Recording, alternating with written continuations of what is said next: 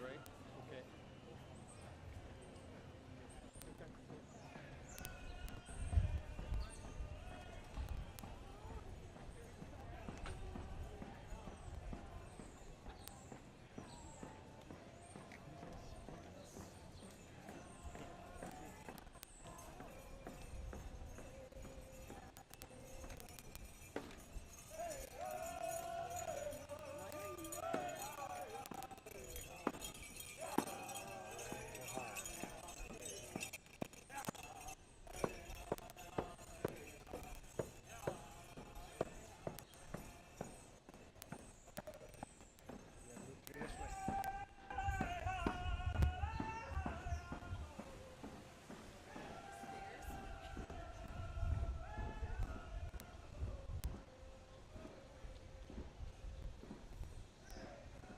There.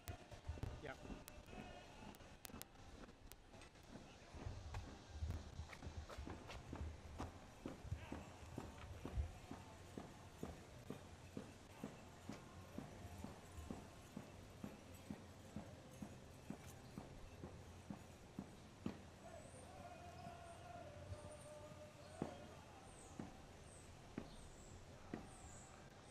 Am I in the way? No, good, okay. I think right here, yeah, if you can. You want me to help Yeah, walk it? behind Just me, yeah. Plus I can hear you through this here. Oh, they're going all the way around. They're going all the way around. I can catch them around the corner. You still got procession. You can. Problem is, you know what? You want to just pick them up from there? I think so. Yeah, they're coming around that corner.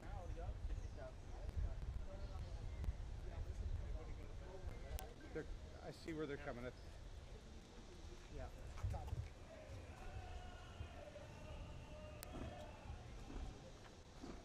I guess we'll go down this way. Okay, if they have to turn. Yep.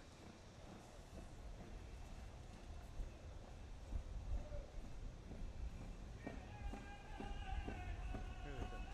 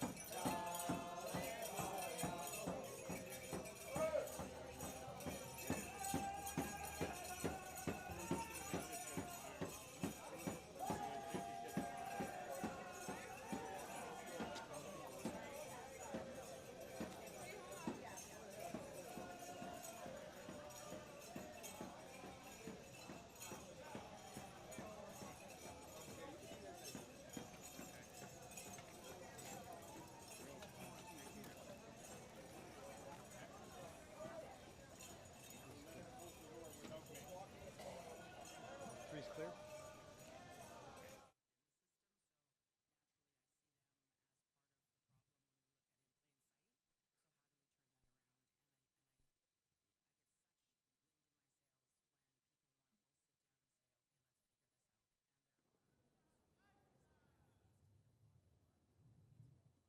Empty seats there. Pardon? There's a bunch of empty seats there. Those were dignitaries. Council members. They had like 160 seats, I think. 300 seats.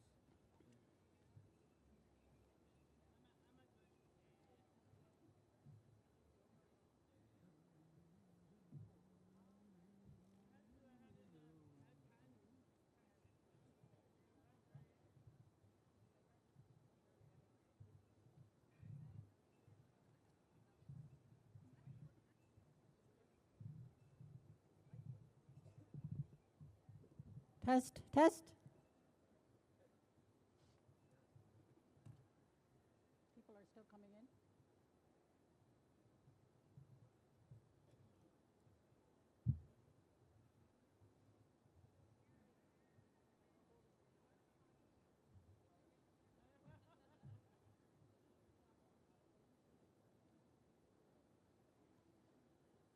Where did Marco go? He was there. I said, where did Marco go? What?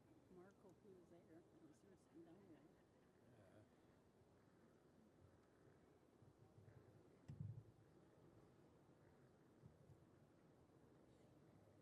Wow, that's loud.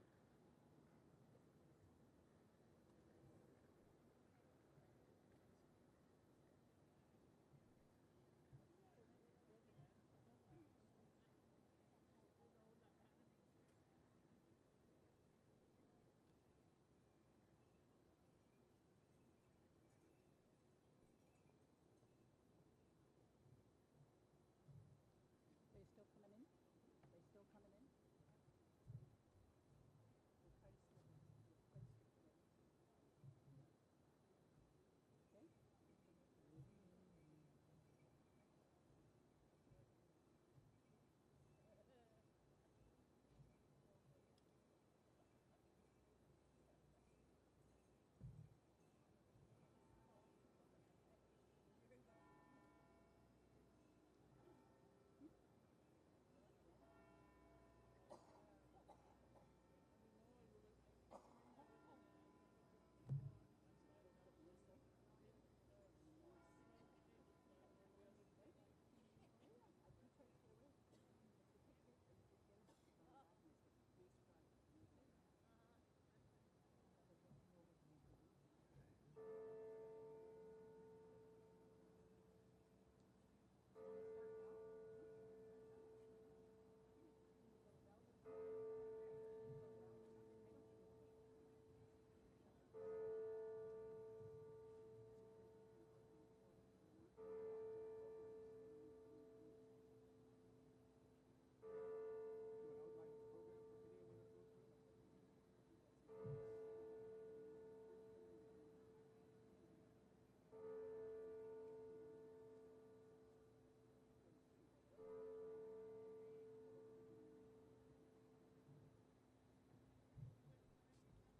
What do you want me to do then? You're going to do the welcome, and then I'll do the welcome to our territory? Yeah. And then you can do the Just program? welcome to the lands. Then I'll come back and do the program. Okay. You're going to do it? Yeah, I'll do that. You're going first, then I'll do mine. Yeah. And I'll talk about the people first. Okay.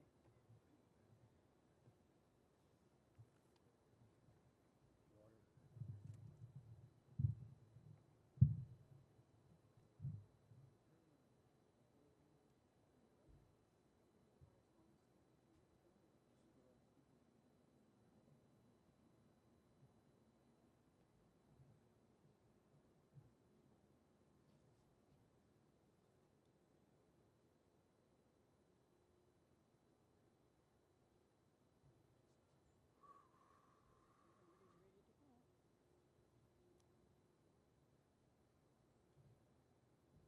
We're just going to wait a couple more minutes. There's people still coming through the entrance, and we're going to get started very soon.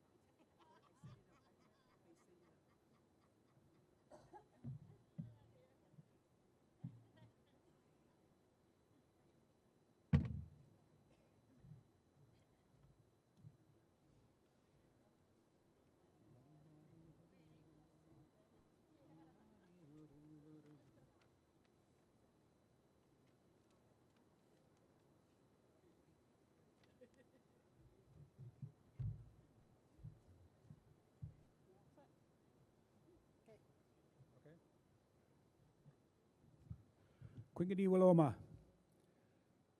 We send our greetings to each and every one of you this morning. We hope that you are well and that your families are well.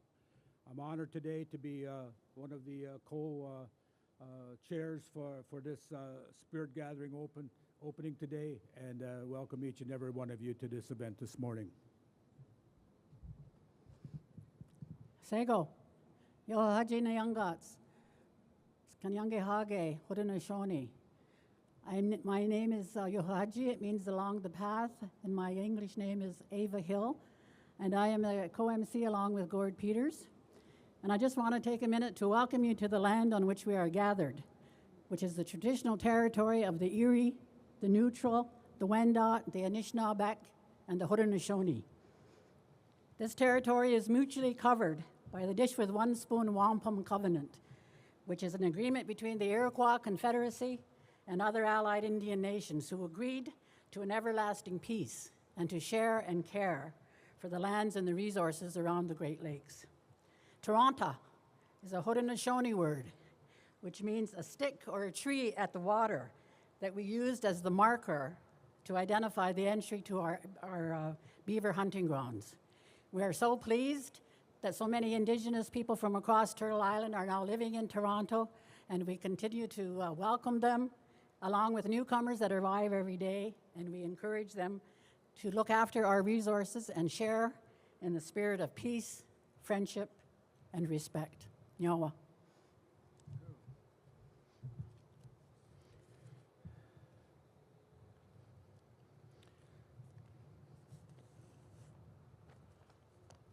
So before we begin our festivities today, I have the honor of introducing Sadie Buck, who is a traditional singer. She's going to come up this morning. She comes from a long line of traditional singers and dancers with her and her family. I've seen her at many performances, and I've seen her do many of those in faraway places. One time I turned on the TV, she's singing at the Olympics. So she has been around, and she has a phenomenal voice. And she's going to do that song for us this morning. That's going to get us started, and it's going to energize us, and it's going to get us moving. Sadie. I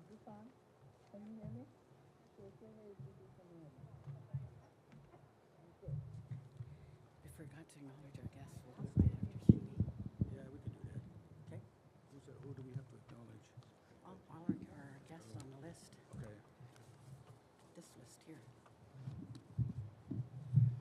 Okay. Nyawaskano. Gakweko. First of all, I want to wish everybody here a good day, and I think we're going to have one. And the other thing I think is, for me, is really important, is that in having the spirit garden here, because it's pretty permanent, and I think that that's such a good thing that this is going to be here forever now. So I congratulate all of the people that were involved in making sure that this happened here and that this is here now. And every time I see on the TV and I look at Toronto and when the ice is in or something, I'm going to look and see if I can see this in the screen. And that's just my own nosiness. But this song I'm going to sing, I wrote, it's called the Aboriginal Dance Opera Bones. And this song that I'm going to sing it says in the song, well, first of all, for the Dance Opera Bones, because it was for the spirit of the earth, which is part of what everything is here, the spirit garden is all about, is our people.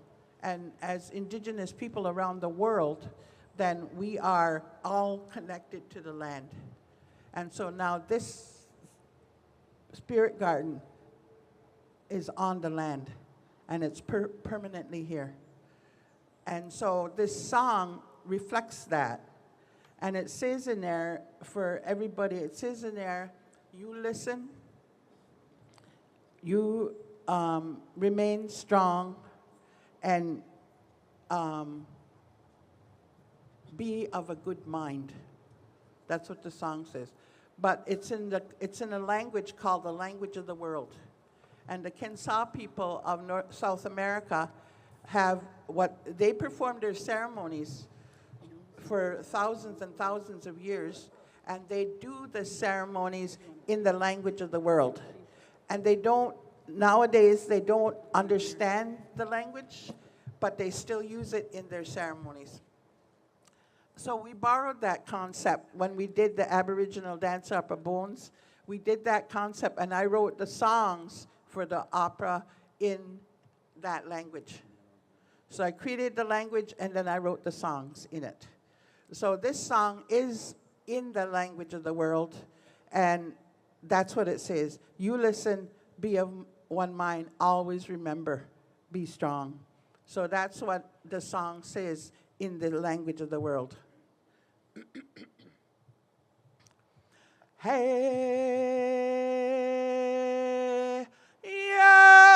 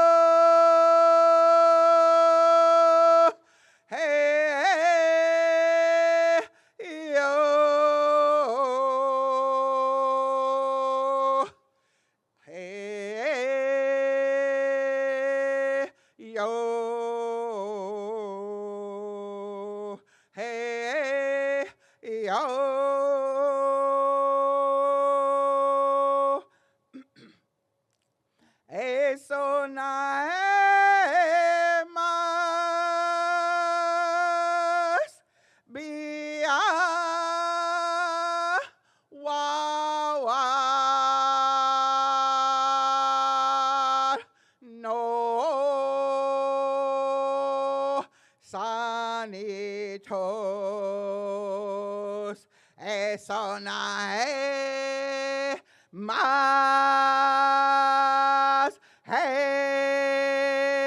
yo, hey, yo, hey, yo,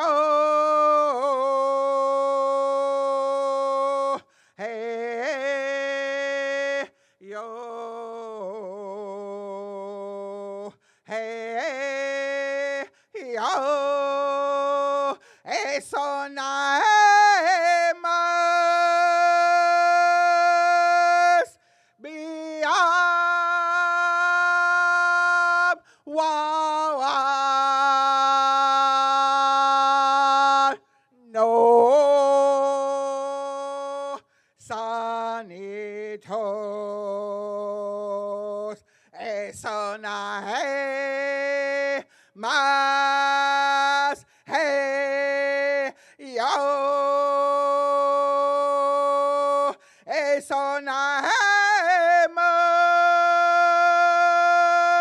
biab wawal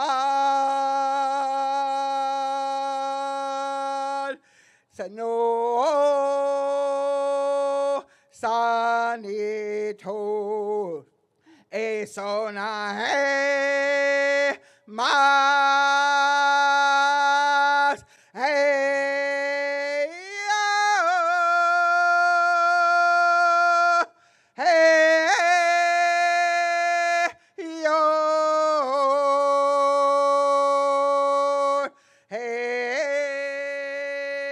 yo eso nada más hey yo eso nada más biawawan no sanitos eso nada más.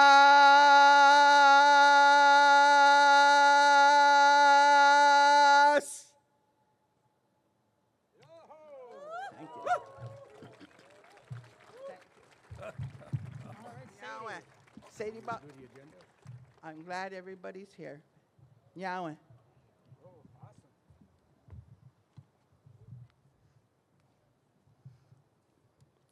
We'll start acknowledging our guests first. We should do the agenda first. Okay, we do have a program up here we're going to try and follow. We just want to, I'll quickly run through it for you. We have some opening remarks as the co-chairs. We've been here for 3 days, and we've been here for many years, actually. So we're going to do some acknowledgements, and then we're going to ask Andrea Christian to come up and talk about a few minutes about the significance of the banner, which you see here, and the ribbon skirts that the survivors have on, the purple ribbon skirts and the shirts. And Gord and I are so lucky that they gifted us with one, and Yahweh to all of you for doing that. And then we're going to have the residential school survivors come up and introduce themselves, and then also remember some of our former friends that are no longer with us that were also residential school survivors, and that were there when we started planning the spirit garden. So they are here. Their spirits are here with us as well, and we want to acknowledge them. And then Gord is going to talk a little bit about the history of the residential schools. I want to talk a bit about the Truth and Reconciliation Commission, Orange Shirt Day, which I'm glad to see so many orange shirts out today, and some other TRC initiatives that are happening around the country and around the world. And then we're going to end up with our artists. We had 6 artists who worked on the various elements that you see here. And they're going to come up and talk to each of them, and then we'll wrap up, and then we'll transition back to the main stage. We'll take a lunch break, and then we'll transition back to the main stage, and we'll have some entertainment for those that can't get in here. You can also see this on the big screen over in the main stage right now. But we welcome everybody back to hear some more entertainment in the afternoon as we close off our 4 days of celebration of the legacy gathering for the residential school survivors and the grand opening of the Spirit Garden.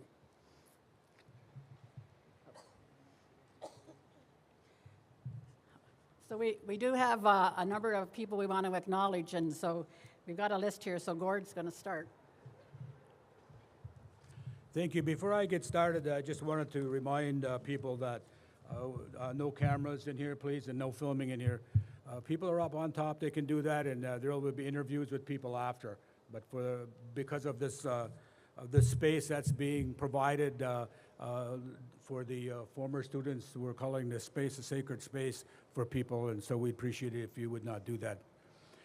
This morning, I have the honor of being able to start with the introduction. And first of all, we have the former students that are here. So former students, let's have you stand up and have a big round of applause, because it's all about the former students today.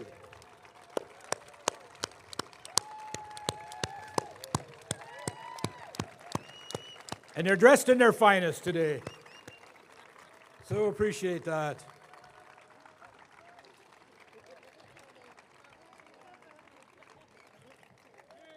Thank you very much. Also, we have with us today Mayor Chow and some of the city council and some of the staff that are here as well. If you're here, let's have a show. She's all by herself. Of course, we have with us the Indigenous artists and consultants and their families who have been part of the design and the building process. Let's see you. Where are you? I see you right down in front. Come on, stand up. Come on. Stand up. Stand up, you in the orange golf shirt. Gowling Hastings Architects are also part of this process. Anybody from Gowling Hastings here this morning? Yes, come on, get her up.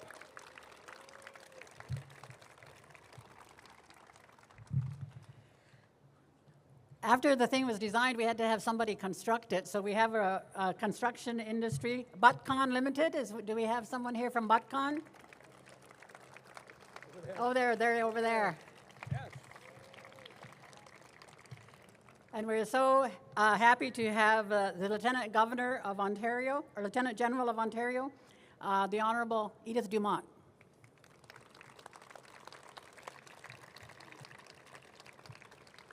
And somebody that has always been a big supporter for us for many, many years, and we thought it was appropriate to be here, former Premier of Ontario, Kathleen Wynne.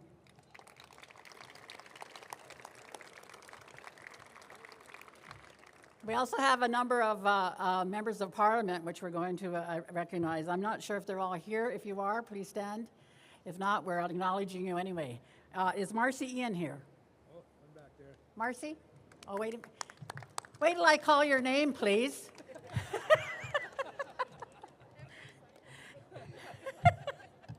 Remember, I'm a Mohawk woman. We're all bossy. You should know that by now. Is Marcy Ian here? No? Deputy Prime Minister Chrystia Freeland? No? Okay, now you can stand up. Honorable Marco Mendicino.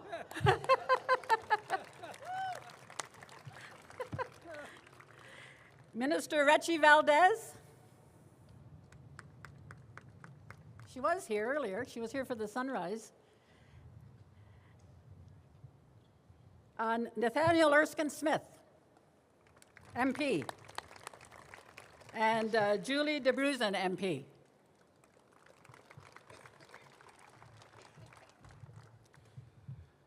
Is Christina Freeland here, Deputy Prime Minister? Oh, sorry. You're in the wrong place. Here, you're down here. Kristen. There is a problem here. I'm the problem. Kristen Wan Tam, MP. Yes, Kristen, yes, I see you here. Sean Baptiste, Deputy Minister, Ministry of Mines. Sean here. Invited guest. And task delegates. So Francis Anderson, Larry Frost, Lindsay Kushner, Patty Pettigrew, Chantel Barker, Nancy Martin, and the Argo players. Anyone here? But we acknowledged him. That's the end of our list if we missed anybody. If we missed anybody. So if we missed anybody that we didn't identify, you're absolutely welcome to be here. Who we don't have on our list, but we should have, are the clan mothers from Onondaga. So if we could have the clan mothers from Onondaga stand up, please. Stand up.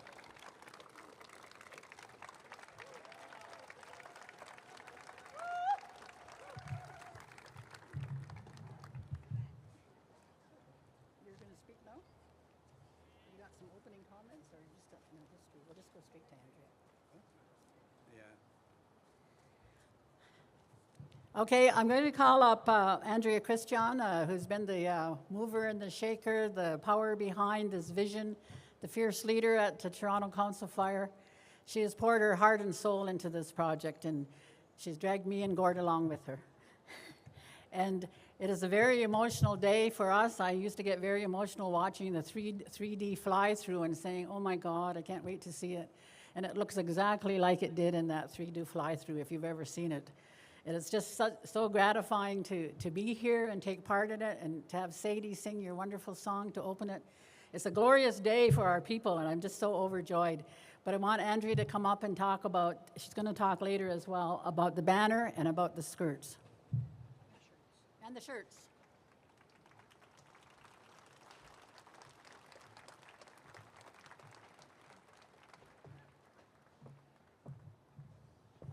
Sigole squego, yo dagosni on gets. O quali, new get it loaded on your daga, new get jota.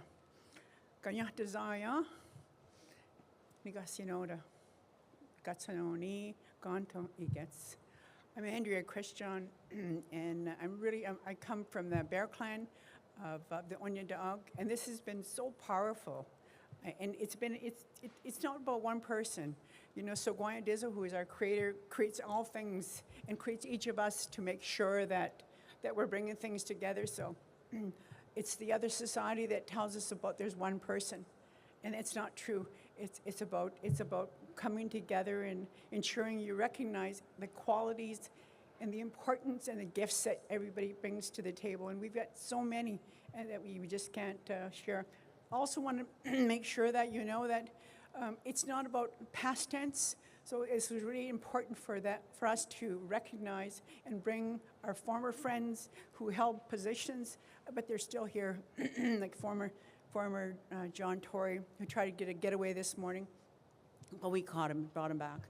You know, the same thing with at least we forget, you say that, but so I want to make sure that you know that. So this entire space has been created, and I wanted to acknowledge the clan mothers because they were here from the beginning. Even before it started, I went home to make sure I had their input. And I wanted to make sure that they would come during the time we did the seed ceremony here.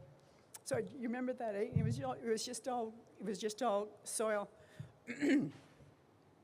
I need the water.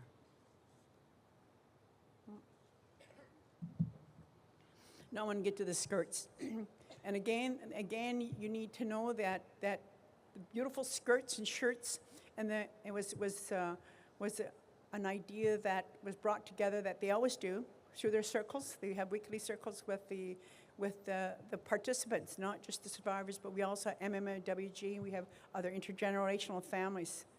So the intent of the skirts was to bring something so they demonstrate, regardless of what nation you happen to be a part of, regardless of whether you're a survivor or not, that we'll all wear purple for peace. And in terms of the band, it was when you see the flowers that are there, the intent was to just demonstrate that planting, and I'll attribute that to Brian Porter. And I'm not saying that you selected the skirt pattern, but I'm just saying with a ribbon and his comments. So I wanted to ensure. So we have excuse me, we have Lori Okimono, a Cree, very feisty chick, right? And so we'll have a conversation later too as well. But she helped to ensure that she's initiated that by bringing the women together, and knowing that, I mean, it's easy for me to say. I said I want to have 100 skirts made. I don't sew. you know, but I'm saying I want you to get 100 skirts done, and then what about the men? So we'll do the shirts too as well, and again to make sure that they're matching that the men are wearing.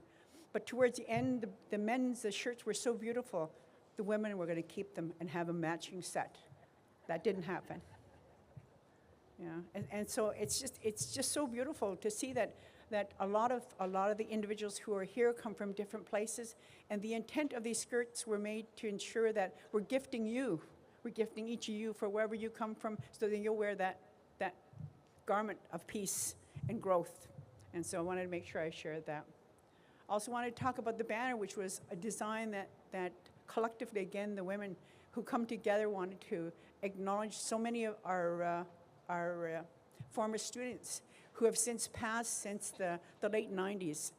And they wanted to put them on this banner, and they'll speak to them. We have a list of them. They'll speak to each one of them. They'll come up themselves. And you know, there's a prompter here that we had in place, and it's supposed to work, and it's not working. I see that I want to know how long I've got here to talk, right? And so it's still there, so it stands still.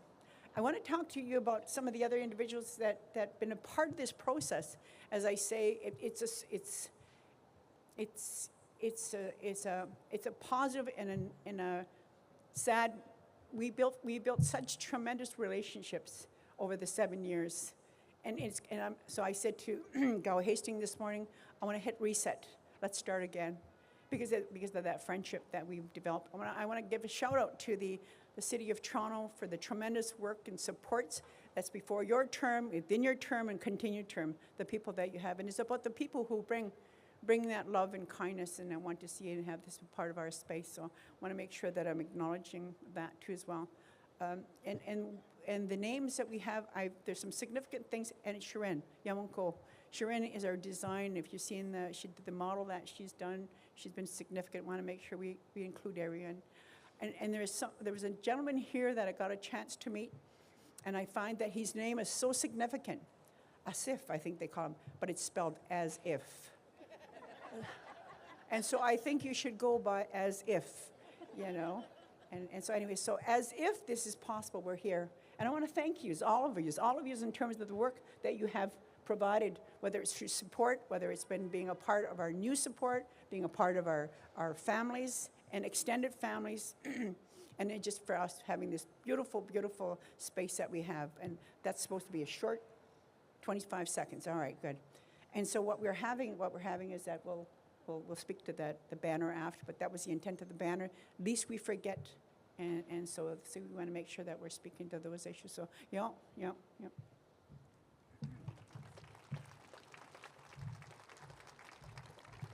Thank you, Andrea. And definitely beautiful skirts and shirts that have been provided. I was going to just say this too, and I know that there will be people that will be leaving this morning at certain times for other activities, that our guests that are here. Should you need to go, just please stand, walk out, and that's fine. That's not a problem. So I have to tell you about the shirt because Andrea got me a shirt and it was like a XXL, and she said it's a promo shirt, and just try it on, see what you think. Eh? So I didn't see the shirt today or anything, so we're rallying up the crew over there in the tent over there this morning where people were having breakfast, and surprise, I was given a shirt. So they started giving me the shirt, and I said, they said, here's your shirt, you need to change this. I said, right here? They said, no. I said, do you have a telephone booth? You got to have these things handy if you want me to change. So they are beautiful, and I'm very thankful to have this and the shirt that's available to us. And so appreciate all the hard work that's gone into this to be able to make this happen. I'm going to turn it now back to Ava, and she's going to talk about some of the schools that are in this region. There's what I have on my is just identify the schools, and I just know they're in Ontario over the last 150 years, I guess, or from the 1800s when Duncan Campbell Scott said he wanted to kill the Indian and the child. Well, he didn't do a very good job, did he? We're back stronger and better than ever. But there are 18 residential schools in Ontario, or there were. They're There are a number of them across the country. I just asked Gord, I don't know how many are across the country, whether it was 150, but in every province and territory, there were residential schools where our children were taken, some as young as 4 and 5 years old, and some of them stayed there for many number of years.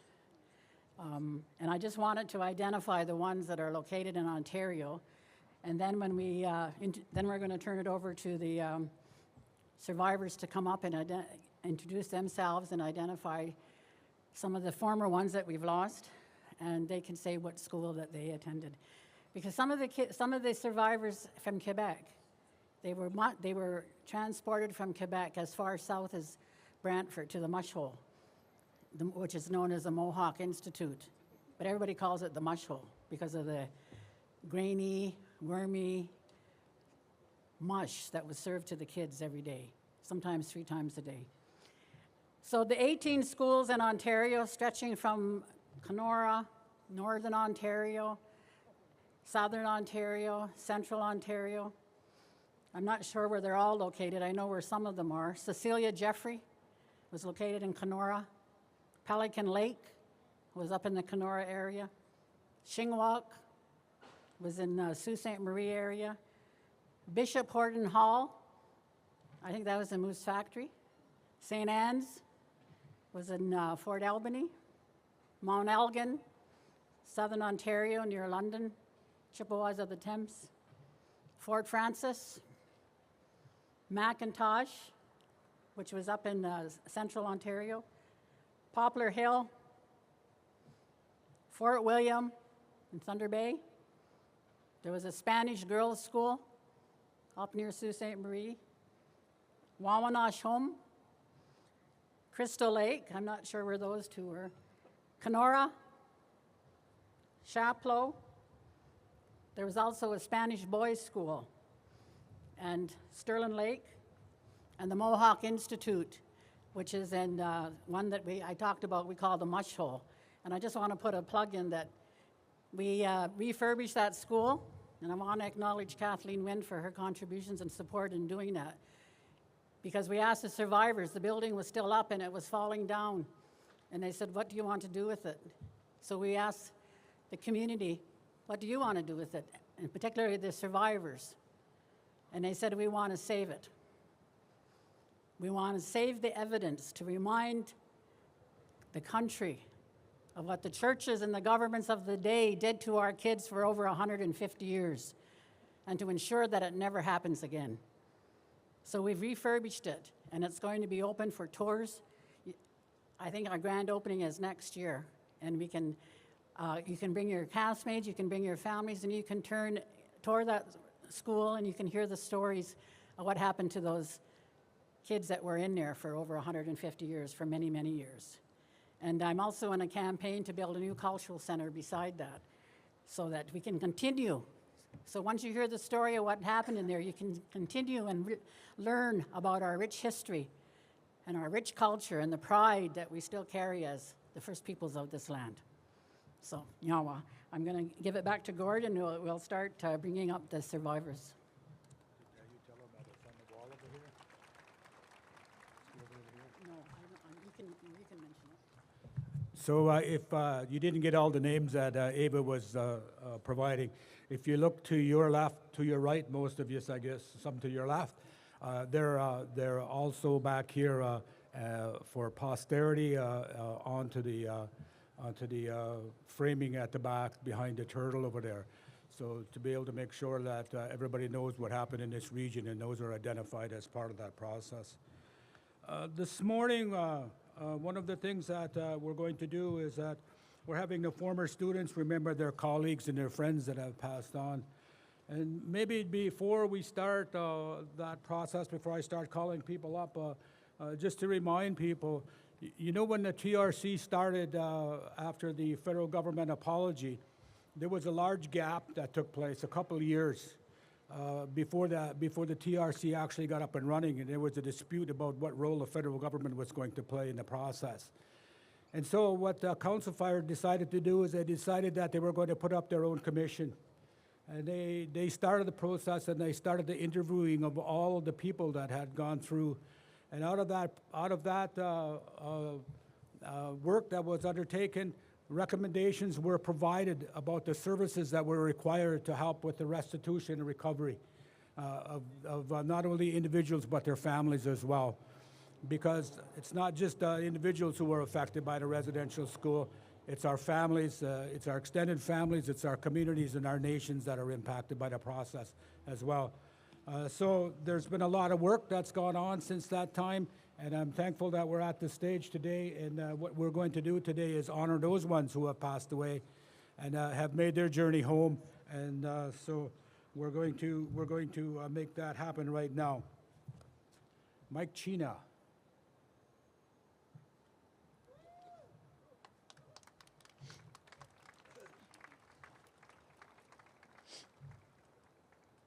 How does that start?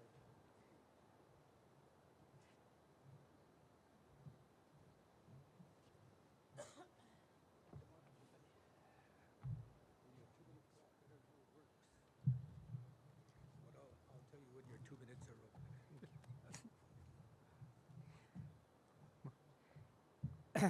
My name is Michael. My name is Michael. Michael China.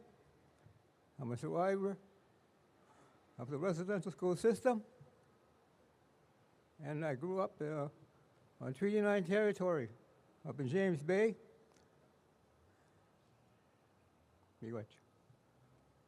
And I traveled with the Truth and Reconciliation Commission for 4 years. I grew up in Moose Factory. I'm Muskego Cree ancestry.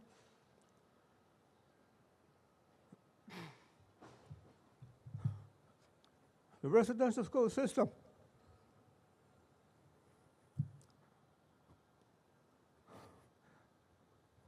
was a national crime and a national secret.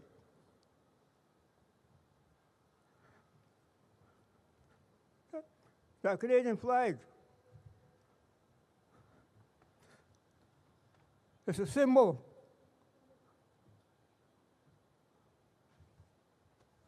of prosperity and pluralism, and also of Indigenous oppression and racial injustice.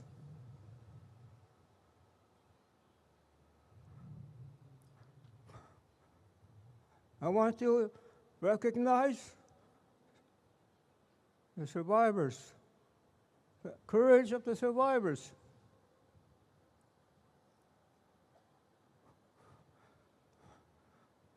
Who carried their childhood wounds into their adult lives and have lived to tell the truth to this day.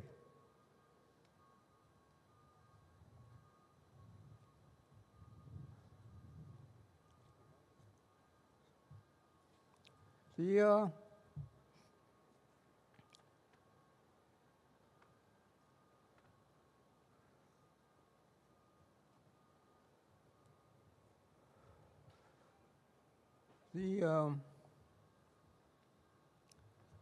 colonial education system has failed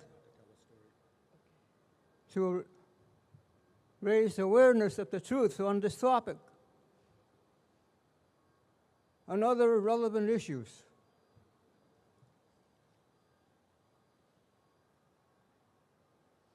I also want to say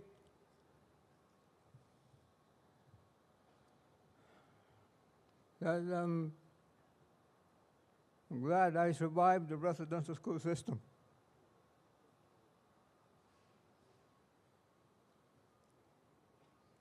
And I want to thank my support system today.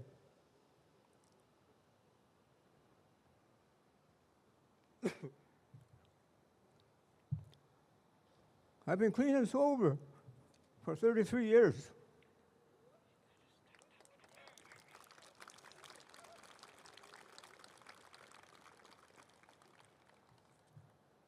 And today,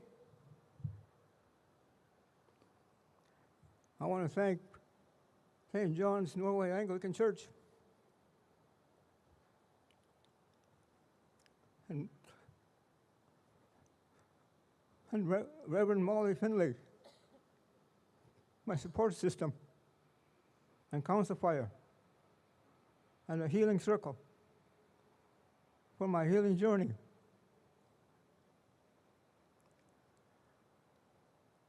And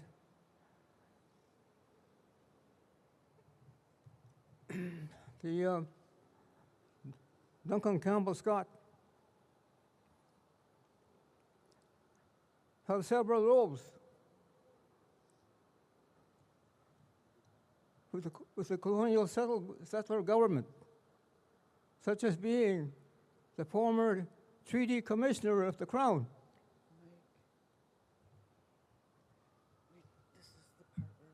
Yeah.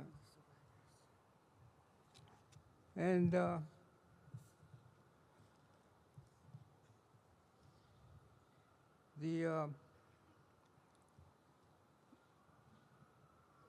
Minister of Indian Affairs and architect of genocide, and institutional assimilation. So I'm here to talk about one of the survivors that I have trouble with on the Truth and Reconciliation Commission. His name is Murray Crow. He was from Trout Lake, Trout Lake, up in Northern Ontario, non-territory.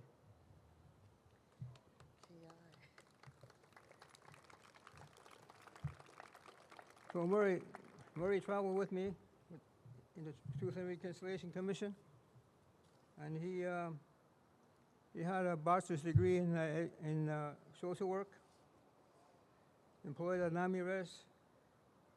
He retired from this agency, but continued to provide his support by providing healing circles, individual counseling, and community outreach. He dedicated his heart and soul to this organization. He is a residential school survivor. He spoke at many Truth and Reconciliation conferences across Canada. He bravely shared his own experiences of residential school at these events. He was a major part in establishing a residential school survivors healing circle at Native Council Fire Native Cultural Center. He has strong ties to this organization and considered in his family. He was inspired with many working groups in Toronto and spoke at churches and York University. A very proud grandfather, father, brother, uncle, and loving husband. He will be missed and forever remembered as this caring and remarkable man that he was. We miss him very much.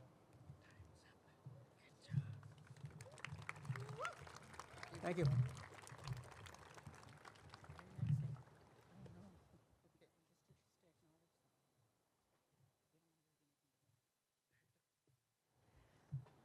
Okay, next I'm going to call on Pamela Carter. Okay, thank you. I'll stay here with you. Okay. Omatakia pe wakan tonka takashla wian pajutaluta hamiahachea. My spirit name is Red Medicine Woman, and I'm Simshian and Nuchan, all from the coast of BC. And it's been my honor to work with the survivors for the past 9 years as health support, counselor, advocate. The one memory that I have of Marlene Cowley, which was always open and excited to attend ceremony. So I brought her to Six Nations, and we spent the full moon ceremony at your mom's house, actually. And she was always taught me about the resources in Toronto. She was always connected to the community. She supported sistering and did a lot of volunteer work at sistering.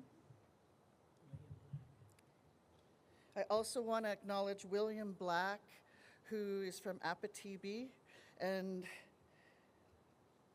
also Jean Black from Apatebe, who were also survivors that accessed support at Toronto Council Fire. And I always loved working with them.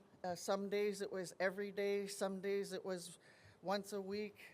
The other people that I supported was Caroline Rickard, and mostly what I spent a lot of time getting her ready for was the individual assessment process, which was the hearing that a lot of survivors had to go through. And that was where our stories were first starting to be told. And even my parents are both residential school survivors, and I didn't hear about the school, what happened to them, until I was in my 40s. So this IAP process was the first time where survivors shared their stories, and it was very hard. So that's why I'm acknowledging all the health supports across Ontario that helped each and every one of our survivors through that process. All my relations.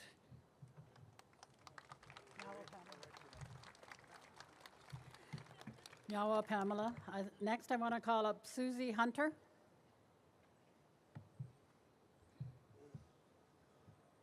And Annie, you bringing an Annie with you? I just want to point out, as Susie, come on, Susie, as Susie's coming up, notice their T-shirts as well. They've got the Gaswenta. This is the Gaswenta down here, which is the two-row wampum. And their shirts are replicas, and it says, "Stay in your lane." Because in one of the purple lanes is our people in our canoe. And the settlers are in the other lane in their boat. And we're supposed to travel down this river together and not interfere or try to take control over each other. So stay in your lane.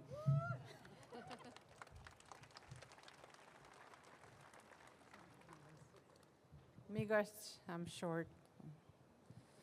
My name is Susan Hunter. Susan Hunter Dishinakasan, Piwanagoknoshchi.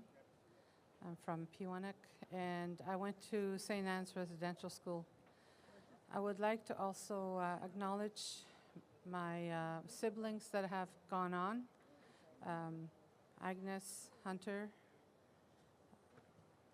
Elizabeth Jokamolan, and Daniel Hunter. We were always separated only because when I was 6, my brother was 12. So there was a big age difference there. And so by the time I got to high school, my brother was already gone. And so I met him in Toronto when he was 24, and started to get to know him again. And I also met my sister here in Toronto. Agnes was living here too. Elizabeth, I got in touch with her every now and again. So we were always separated by miles. And but at the same time, we would try and get together during holidays. And my sister Annie here and my sister Agnes, I wish to thank because they kept the family together.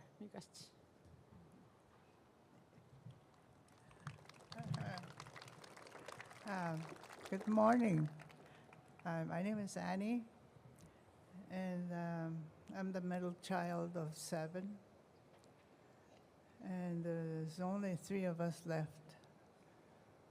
And I attended St. Anne's School. I was 7 years old the first time I left. We used to go by a boat, that mission boat that goes all the way up to the Hudson Bay to pick us up. That's the way we traveled the first 3 years of our school, attending school in Port Albany. And I want to mention our mother as well. She was a residential school survivor too. And she only went there 1 year, but that was in 1932. And she was the lucky one. She made it home, and then married my father, and they got married a few years after. And I wanted to mention my other aunties that that never made it home. There was three of them. There was Lottie, Susan, and Rose. And like there was no, I didn't know, there was no, they didn't even tell them what happened to them. And I guess like in the summertime, somebody knew where my grandparents were camping, and what they did is just, I guess they used to have runners up the coast to bring news, and they left a letter on the tree to tell them that her daughters had passed away, and they were expecting them to come back that June, the end of June, but they never came back. And there was nothing, there was nobody to tell them what happened to them. So we acknowledge those two. We don't have any pictures of them. Yeah. That's it, you know, and we don't have any pictures of them, but they were like older than my dad. So my dad never went to school, so he lived to be 96 years old. So that's the little story that we have in our families regarding residential schools. Yeah, we know we lost. I regret very much that I married a non-native, and I didn't teach my kids the language. Now they're having a hard time trying to learn it, and myself, like trying to get back to language for them and their kids. So that's where we're at right now. Language is very important. It's really part of who we are. That's all I want to say for now. There's a lot of people to speak yet. Be good. Be good. Thank you for listening. Excellent. Okay. Thank you very much. I'm going to ask Patricia Schuyler if she'll come up now and she'll prepare. And then after that, we're going to have Clara Ludit. So just so know that people can get ready in terms of preparation for speaking. So today, again, we remind people that what we're doing is we're honoring those ones that have passed on, and that we'll continue to be able to hold their memories strong.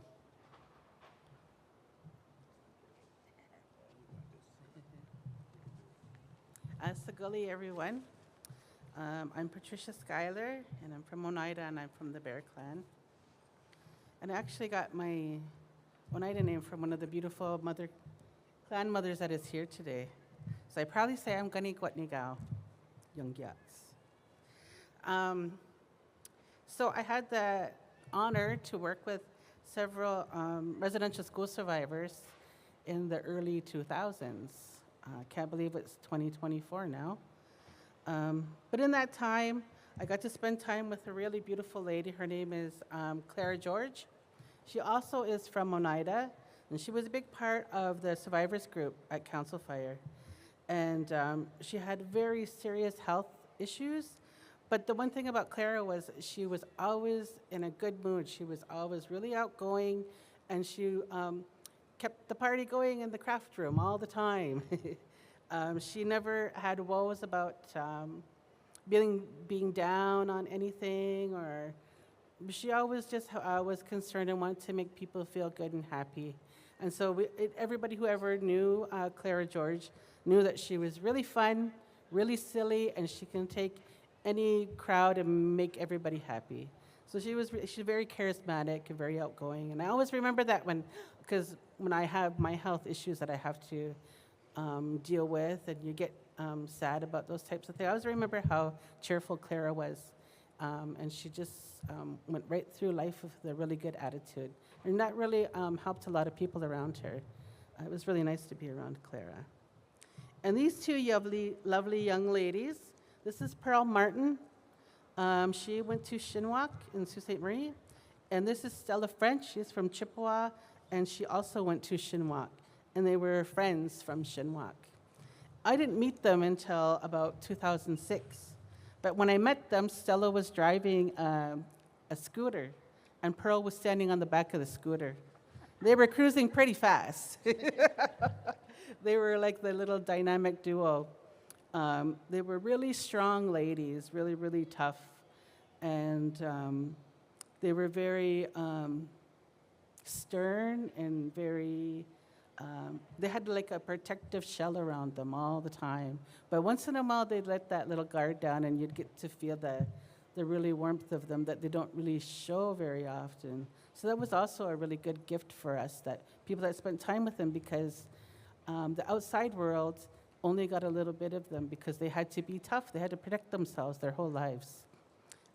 Pearl physically was a lot shorter than everybody, but she was really fierce and she was real tough. She didn't take nothing from anybody. She didn't take crap from anybody. And the same with Stella. Stella French was really good with words, and she was always wanting to share her knowledge with everybody. I remember the first time we went to the opening for the TRC, and we had made all the plans. We gave everybody, make sure they had a copy of their flight ticket. We went through all the rules, what you can take with you, what you can't, what has to go in the belly of the plane. And we went over it 10 times. Sure enough, Stella dropped her purse, and a jackknife fell out of her purse. I was like, oh, I'm sorry, I didn't know she had that. And yeah, she's like, oh, have it, I got more at home. But she was just, she always carried a bundle buggy with her. She had everything with her all the time. I got glue, I got a stapler, I got this. She was just so great, but that's her survival mode, right? No matter what she had to do, she always made sure she had their things that she needed to get through the day. She was just really very inspiring, all three of them. And they really left a really big legacy at Council Fire, a very big footprint at Council Fire. Pearl lived into her 90s, and she was still very bright. She was volunteering at Council Fire. She even volunteered with the finance department, and she just loved it, and she took her job very serious. And if it was time for her to shred papers, she was going to shred those papers. You get out of here, I'm shredding papers right now. So she was very tough and very bright, and all three of them really contributed to the spirit at Council Fire, and they'll always be with us in the things that we do. They always come with us wherever we go. And I just want to make sure that I acknowledge them over here. And I also want to acknowledge my grandmother. Her name is Gloria Ireland, probably the toughest woman I've ever known besides my three sisters. And it was a result of the mush hole that she became a really tough lady. But I honor her today, too, as well. And thank you, everybody, for coming here. This was such a big dream, and it actually came true. This is amazing. I'm so happy today. Thank you. Thank you,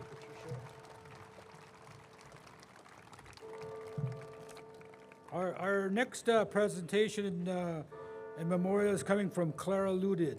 Where is she? I just saw her this morning. Oh, there you are. I was kind of looking around for Elvis Presley, too, you know.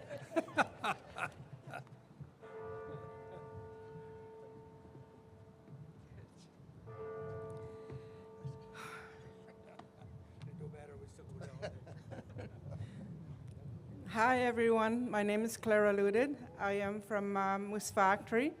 I've been to 2 residential schools, Fort George, Quebec, and Fort Albany. I'm also a 60 scoop. I'm here to memory of my sister Verna. She passed away about 2019. She was one of my younger sisters.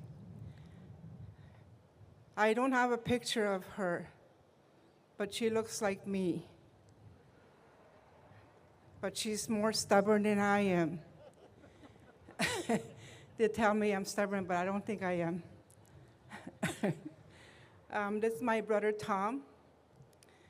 You know, when I talk about my sister, I only met her back in 1985. She was taken away in 63. Most of my siblings were taken away after coming home from the residential school. And then I never seen them for so many years. But then when I first met them, they were like strangers to me. But I got to know her before she passed. And she was a lovely person. I could talk to her about anything and anywhere. She's a good listener, but she still had that stubbornness. When I tell her to try to do something for herself, she says, I don't have to listen to you. Yeah, that's how she was. We were taken away in 1963 after coming back from residential school. Residential school is where I lost my language, and I only got it back in the 90s when I first met my mom again. She started talking to me in Cree. Yeah, I never knew my mother till I met her back in the early 90s or late 80s. And that's when I met my sisters and my brothers too. Yeah, but we are the survivors of the residential school. And I did a lot of my healing in the last 12 years since I started going at the council fire. I made a lot of friends, and I have a lot of good friends today. And I have my brother with me here. It's like I said, I'm here for my sister, and I don't have a picture of her, but she's always with me here. Miigwech.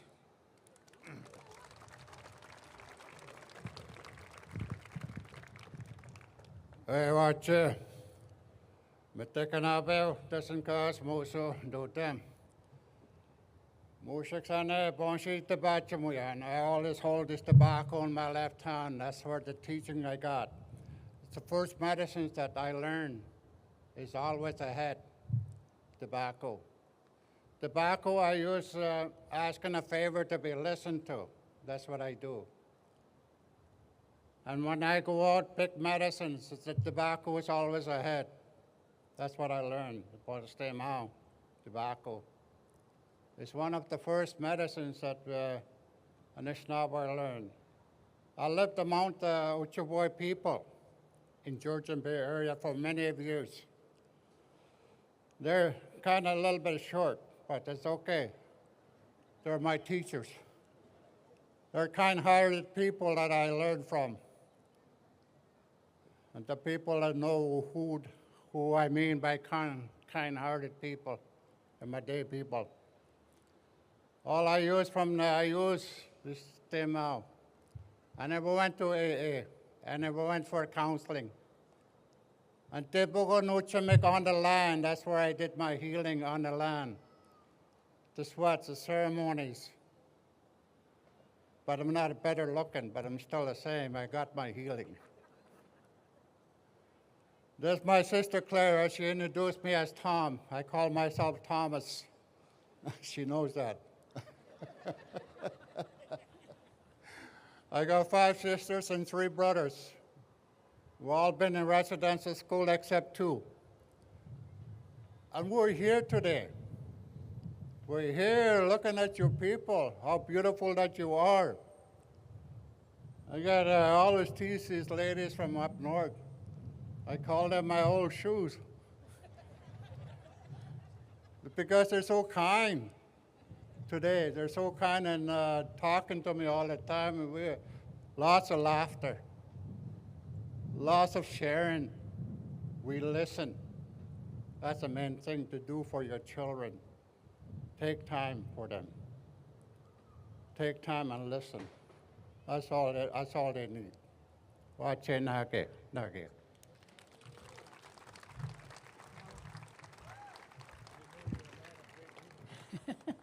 You're still good looking.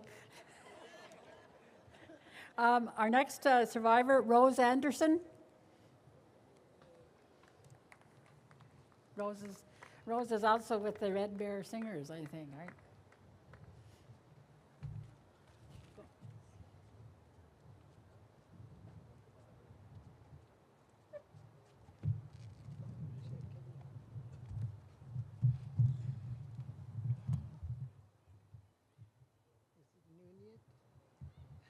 I don't think I'm going to make it.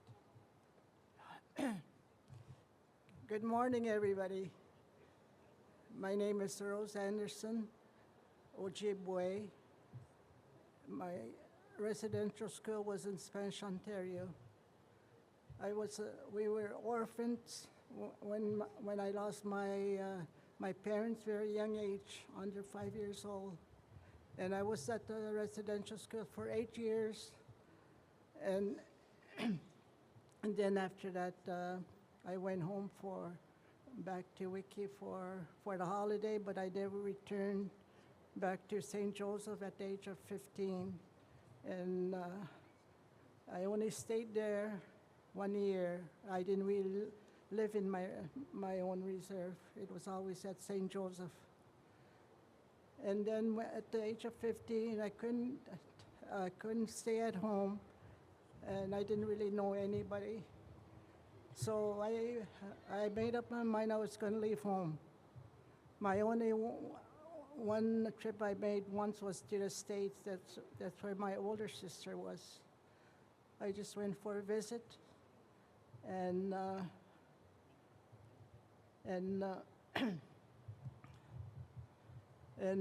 ended up coming to Toronto because I knew one girlfriend here in the city. She kept on calling me to come to Toronto and live because she knew the city already, even though we were almost the same age.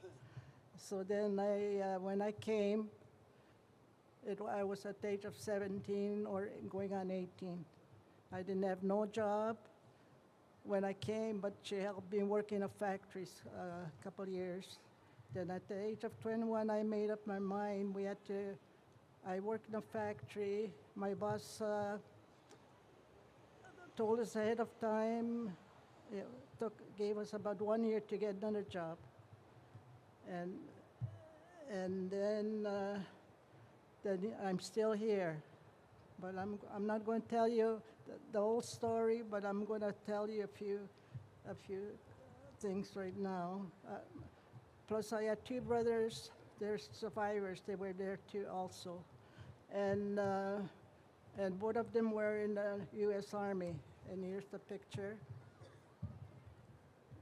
And here's the youngest one.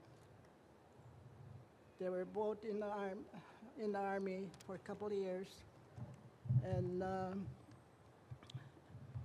they lived in the States. And I lost my good friend a year ago.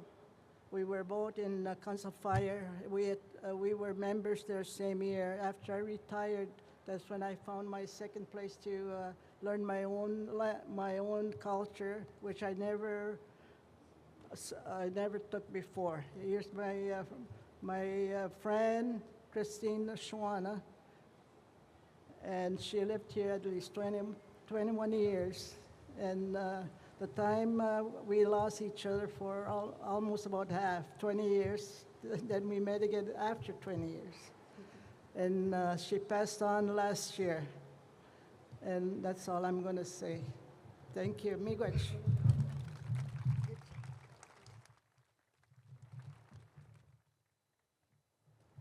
Thank you, Rose. Our next speaker is Charlie Miller. He's got one of those beautiful shirts on, too. Plus, he's got other shirts on and everything. Miigwech.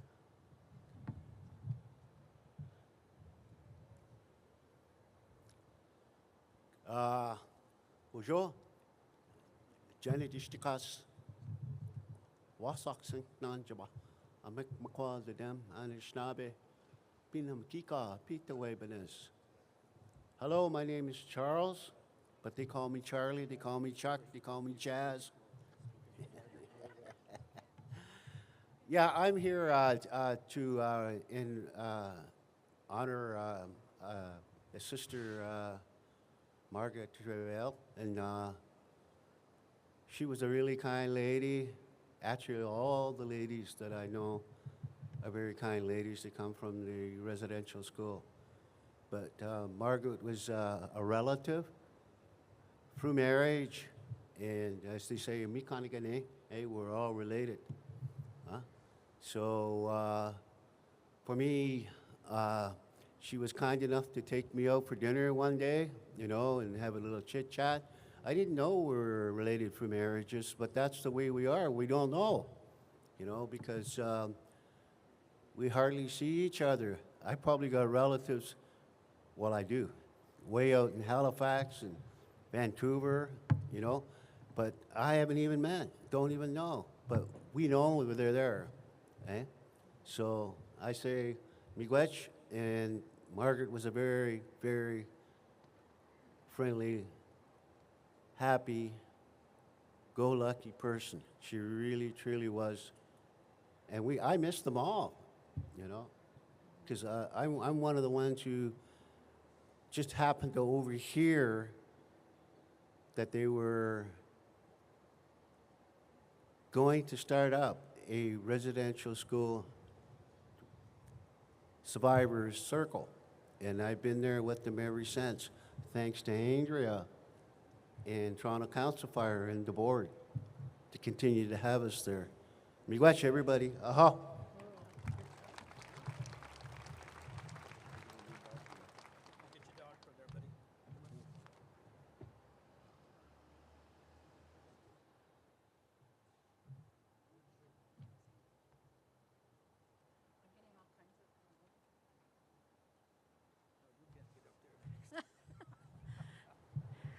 We just have a few more survivors. I'm going to call up Nicole Scarlett to honor about 2 or 3. Is she out there? Oh, here she.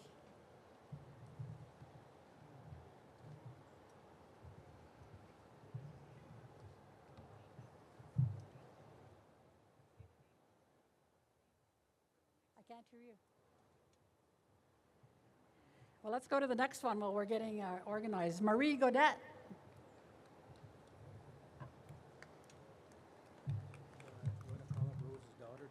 And I think Rose Logan's daughter is coming with her? Oh, okay. Did Marie come up to them? I'm Marie. Oh. And you were the daughter? I'm the daughter of Rose Logan. Oh. And your name is Marie? Marie Gadet. Well, we You were already on the list. We all had this discussion. Somebody come over and said, can we put Rose's daughter on? We said, sure, we'll put her on with Marie. We did, but we were one and the same. Ani bojo kinoya minadora makwen addition cause majika dodem. Mino Geshep. My name is Marie Gadet, Turtle Clan, and I am the daughter of the late Grandma Rose Logan Ba Piduanquit. She was originally born and raised in Wikwemekong, Kaboni, and raised by a very a family of a long line of medicine people. And so I'm honored to come up here and speak in honor, in her memory, in her honor, and you know, she has a story. I can't tell her story, but what I can tell you is that she shared a lot of those stories with us as we grew up, and we didn't understand because we were children. And she shared these stories, and they were not nice stories, but if you know my mom, she was a very kind and gentle spirit. So she told us these stories in a very kind and gentle way. So, and then the one thing for sure is that when her mom passed when she was 10, and so the officials got word that they were motherless, even though there was her father was there and her grandma was there. They went, and what they did was they kidnapped my mother and my uncles and took them to residential school. And my grandfather remarried after a few years to get his children back. So there was an arrangement made with a beautiful community woman by the name of, okay, I don't know my grandma's maiden name, but her name was Mary, and she married my grandfather so that he could bring his children home. So I very appreciate that, and I also have other relatives on this banner that I was really proud to see. Well, glad that they are being honored. My late cousin Isaac Pidoanaquit who I grew up with, who actually lived with my mom's, with the family, and so he has stories too. I was communicating with his daughter this morning to let her know that his name was on here, and so she feels very honored about that. Also, my late uncle, Derek Pidoanaquit's name is up there as well. Him and my mom were the two youngest, and two of the ones that went to residential school. Very active with the medicines, the sacred medicines, and harvesting medicines and treating people. Also, my mom's late husband there too. I will acknowledge him. Not my father, but Bob Logan, so from the Muncie Reserve, which is who my mother married into. Anyways, I just don't want to say too much. Miigwech for this beautiful, like they would never believe 20, 30, 40 years ago that they would be honored like this in this beautiful space. Like, you know, my mother's picture happened to be on the streetcar and riding the route that she used to ride as a young woman. And she would have never believed that 40 years ago, 50 years ago. Why would my picture be on the streetcar? So very beautiful that, thank you to Council Fire and this residential school survivors group. My mom used to go there and she liked going there, you know, when she could get there because she was always working. So yeah, so miigwech, have a good day.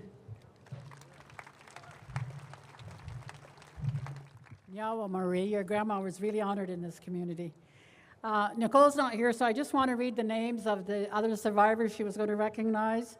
Kim McDougall, Verna Bellew, Phyllis Jones, and Philip William.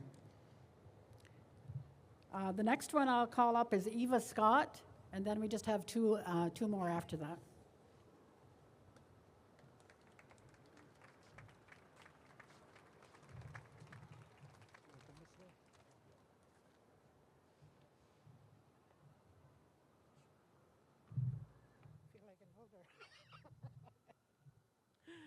Wajay, good morning. My name is Eva Scott. I'm from Fort Albany First Nation. I am the child of the residential school survivors, and both my parents, my mom, my late dad, and I'm also the niece of my my late auntie, Christine Evelyn Scott. She passed back in October 14, 2015. And I am very honored to stand here today to acknowledge her, to honor her, her spirit, who she was. My auntie had a big heart. She always had a good sense of humor.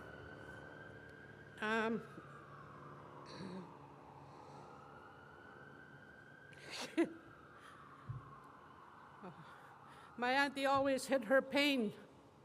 She never showed it.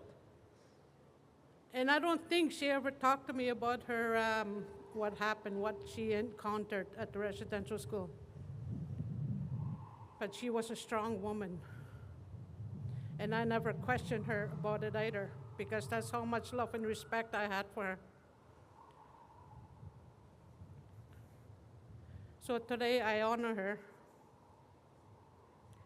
because I used to travel with her every year. We used to travel up north together on March break to go see her parents, my grandparents who had raised me. And I'm also here to honor my mom, who's sitting right in front here, Marie Jane Spence. Love you, Mom. Yeah, and I would like to say miigwech for asking me to stand here on behalf of my late auntie, Christine Evelyn Scott. We love her and we miss her dearly until we meet again in one day. Aho, miigwech.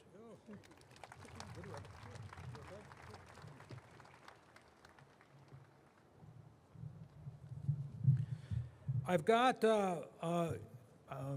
Erica Monaco that's going to come up next. I just saw her somewhere. Oh, she's back there.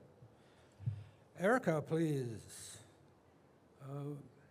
We have 2 left after this, and then we'll get back into some other business. And we have some artists here yet today that would like to be able to speak.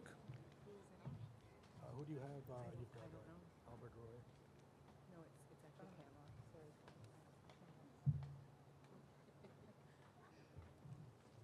What's the switch? Are you going to talk about Albert? Yeah. Albert Roy was a strong man that he had his own business his whole life. And when he became on pension, he, because he didn't pay CPP, he wasn't supported by pension. So he was, he really made his way to Council Fire in his wheelchair just to get support. And he was a fighter. If you didn't clean his place right, you would know. He always gave his PSW such a hard time. But I remember him being at the Legacy Gathering, and I remember all of the times he was just happy to see somebody. And one time I was bringing him his Valentine's gift from Council Fire, and he had 4 of them behind him. That's how loved he was. He was such a happy, social person and very vocal about what he needed and wanted. So it's my honor to have known Albert Roy and his family, Alma Relations.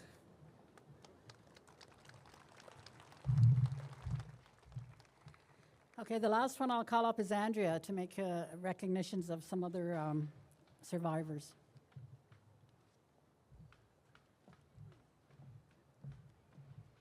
Excuse me.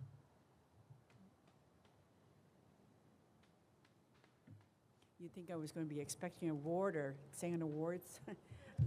You know, it's really important that why we're here is because of all these individuals, you know, and this became possible of just reflecting. And it started in the late 90s is what I was saying. So I think I won't go for each of you for recognizing, because I work with every one of them. And you know, you forget about them passing on you, and you can see the moments and the stuff that you had that engagement with them. So the individuals that I do have, one of them is Grafton Antone.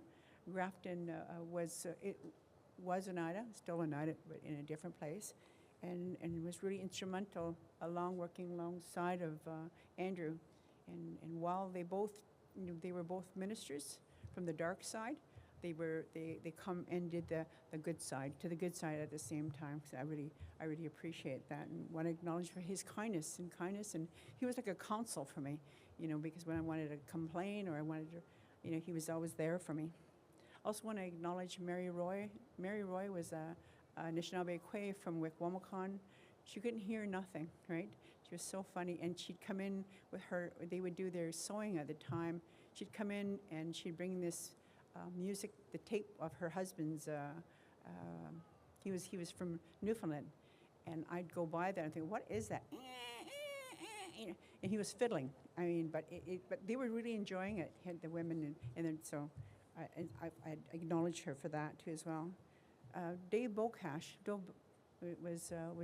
had gone to war, and he's seen Council Fire as his home, and he would come every morning, and he would ensure that he'd make the coffee and tell us what we should be doing or not doing, and he brought with him the gift of being a carpenter. And so we had the ability before he passed to reintroduce him to his sons, because he had been separated from his family as being with the war, and he got a chance to meet with them. And we knew his time was coming, because he'd come early in the morning. It was actually still midnight, and he'd come in to make coffee, and he was not happy that the doors were locked, right? So, but he was just very instrumental. Gus Bocash was also an Anishinaabe. He come from Nipissing, and he would sit within our gathering place, and he would have a cup, and he would make sure everybody would put a nickel in there, you know, because he wanted to help Council Fire ensure that we continued the service that we had, and he knew that, you know, the funding was you know, was critical. So I want to acknowledge him for that. Bruce Ross was from the East Coast and a very gentle and kind man, and he hung around the likes of Mike Chena of Trouble and his other colleague Murray, and they were a really good duo. So they had traveled together. So I want to make sure that I also acknowledge him. The other two have been acknowledged, and I want to acknowledge Marie. You know, your mom. We called her Grandma Rose, and she's the reason for so many of our agencies. She's extremely humble and kind. And when she'd call and she'd say, Andrew, can I come in to talk to you? I always thought I was going to be in trouble, you know. And she was kind. She wanted to know can I bring some of my grandchildren to the Christmas party, or is there other things that I can do? So I was really always, she's a beautiful, beautiful lady, and that it is actually part of the whole process of us looking at recognizing something that was symbolic of everybody in the turtle, and so that's who she was. The last one, he's here with us, but we wanted to make sure that want to recognize your dad. Come. Oh, your mom. Okay, where's Sheila? Sheila Wisk. Okay. Oh, yeah. Okay. Come on up. So John Wisk, I've never ever met him. 5 years ago, he ended up going to the hospital, and he's still there.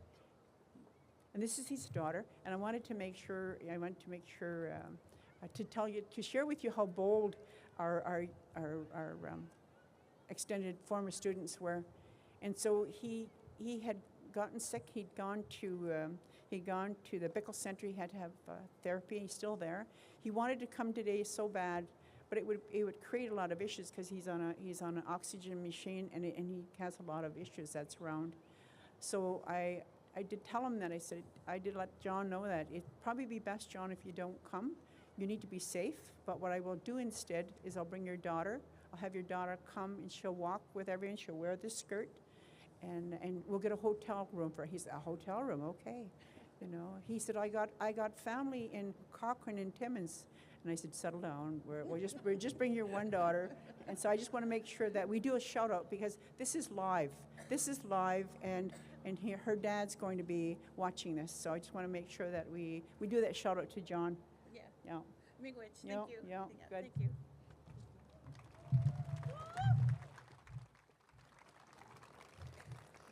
Nyawa, Andrea. You know, I just wanted to say that the legacy gatherings, we've been holding them here since 2017. And they've been held to honor these residential school survivors, those that are here and those that were mentioned today that have gone on.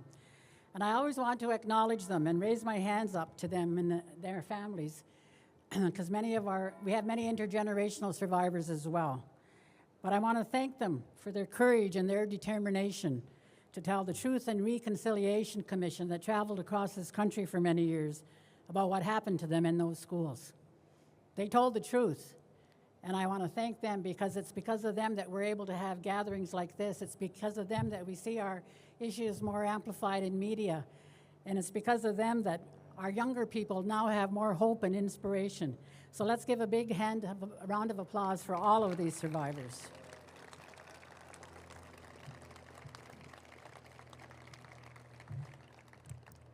I want to talk a bit about the Truth and Reconciliation Commission.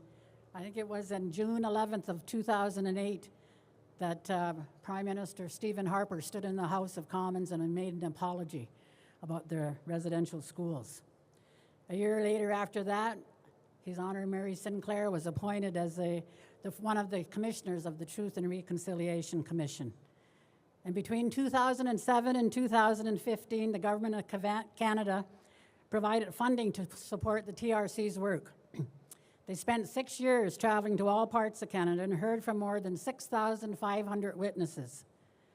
The TRC also hosted 7 national events across Canada to engage the Canadian public, educate people about the history and legacy of the residential school system, and to share and honor the experiences of former students and their families. One of these events was held across the street at the Sheridan Centre, and it was hosted by Toronto Council Fire. The TRC created a historical record of the residential school system as part of this process. The Government of Canada provided over 5 million records to the TRC, and the National Centre for Truth and Reconciliation Commission at the University of Manitoba now houses all of the documents that were collected by the TRC. In June 2015, the Truth and Reconciliation Commission held its closing event in Ottawa and presented the executive summary of the findings contained in its multi-volume final report, including 94 calls to action to further reconciliation between Canadians and Indigenous peoples. Call to action number 82 reads, "We call upon provincial and territorial governments in collaboration with survivors and their organizations and other parties to the settlement agreement to commission and install a publicly accessible, highly visible residential schools monument in each capital city to honor survivors and all the children who were lost to their families and their communities." This spirit garden is in response to this call to action. This call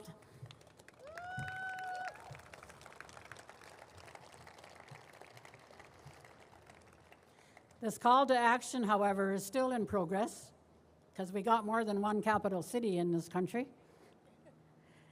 As work is continuing in other cities, we do, however, want to acknowledge some of the cities who have done work to answer that call. Winnipeg already has a monument in place near the Canadian Museum for Human Rights. Whitehorse unveiled a monument on October 28, while one is currently in process in Edmonton. And Saskatchewan has plans to build a residential school monument at the Government House in Regina. As I said, other cities have projects and commemorations in progress and are being planned. So now that the survivors went and told their truth, it's reconciliation. A lot of people say, well, what is reconciliation? Come here and learn. Education and awareness is a big part of reconciliation, so that you can become aware of the struggles of our people that we've had to face in the past, such as colonization, theft of our land, and the impact of the residential schools, and the racism that many of us continue to face today. But for any type of reconciliation to happen, there must be an awareness of the past, acknowledgement of the harm that has been inflicted, atonement for the causes, and action to change behavior and attitudes. Because to build for the future, we must learn to and look from the past. Nyawa.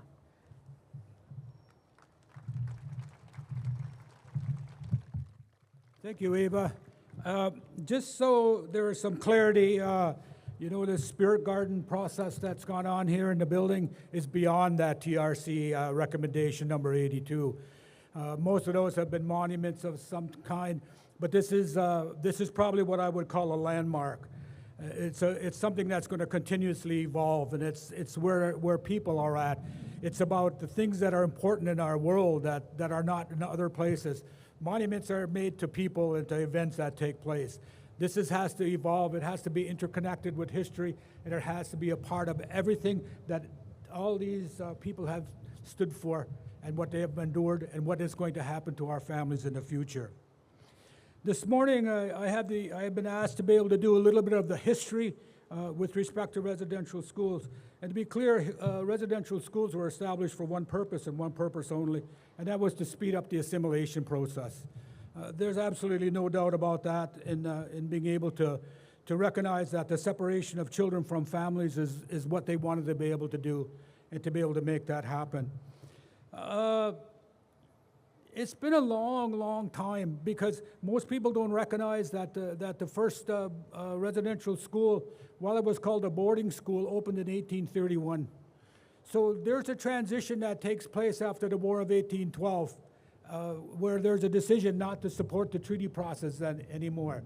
And once they stop the treaty process in place, they then begin to figure out how they're going to access lands, and lands are being accessed through the process of assimilation.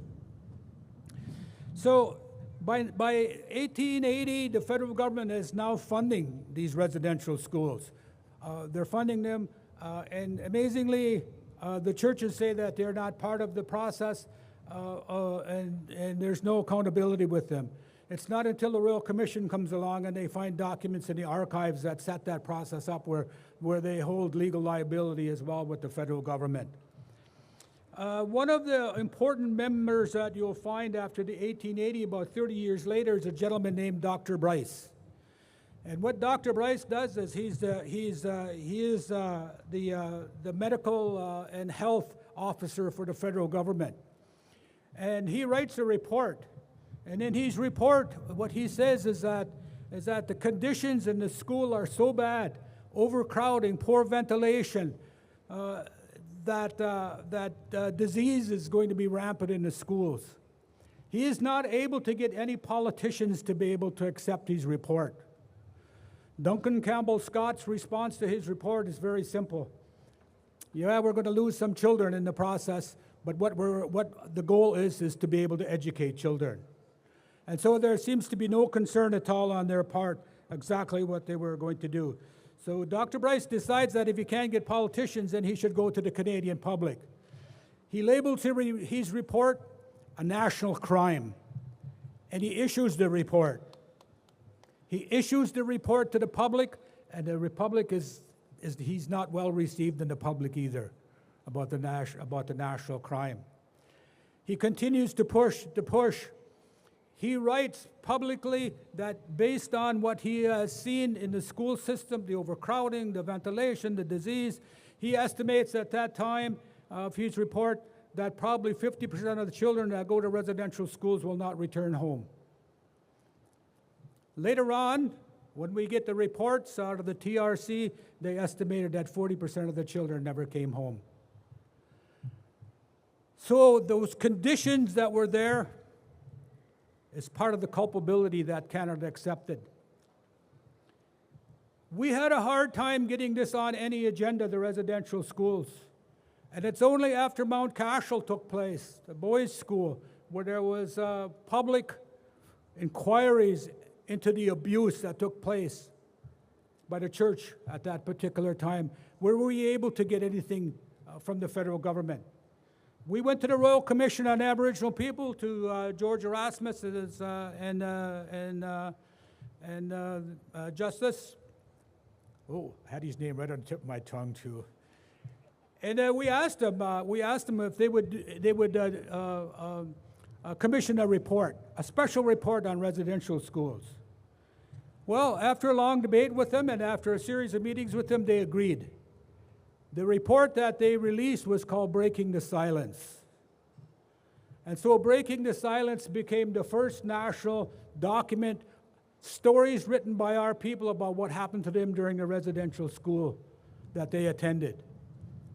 Now, that didn't get a lot of traction either, believe it or not, and even the Royal Commission didn't get a lot of traction for the amount of time and effort that was spent talking to people about the conditions in our communities, about all of the things that were going on that were problematic in our world.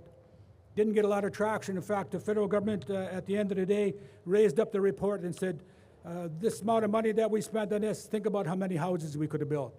And so a whole report, the Royal Commission report just gets shelved. But one of the things that we kept alive out of that was the Breaking Silence report.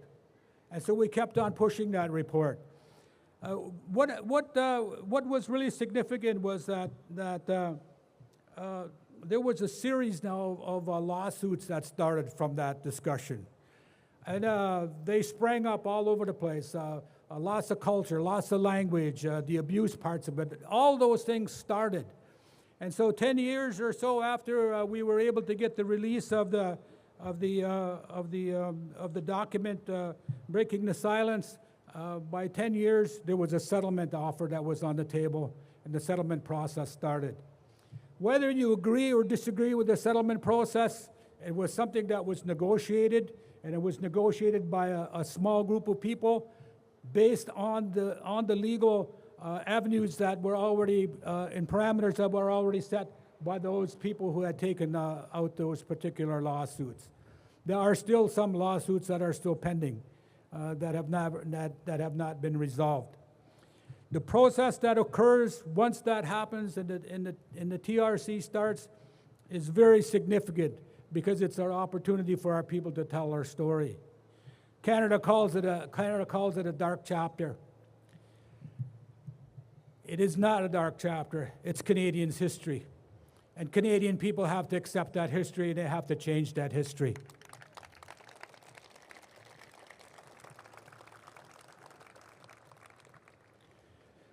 There's a long road to recovery for our people from all those things that have taken place, but we're well on the way. And you heard from speakers this morning, they stand here, they use their voice, and that's phenomenal to be able to get up and to be able to speak to a crowd, for the amount of times and the things that they have endured in their lives. And so I acknowledge them for that. I said this morning, residential school had a far-reaching impact because it didn't just impact the ones that were taken. In the reports in public that happen in Canadian society, parents who lose children, their chances of staying together are only about 15%. So if you think about all the children that are taken out of our community, how many families broke up because of children that were taken? What was the mental health issues that came into our communities? And I can tell you, alcohol was one of the first stimulants that was used to be able to deal with that, with those mental health issues.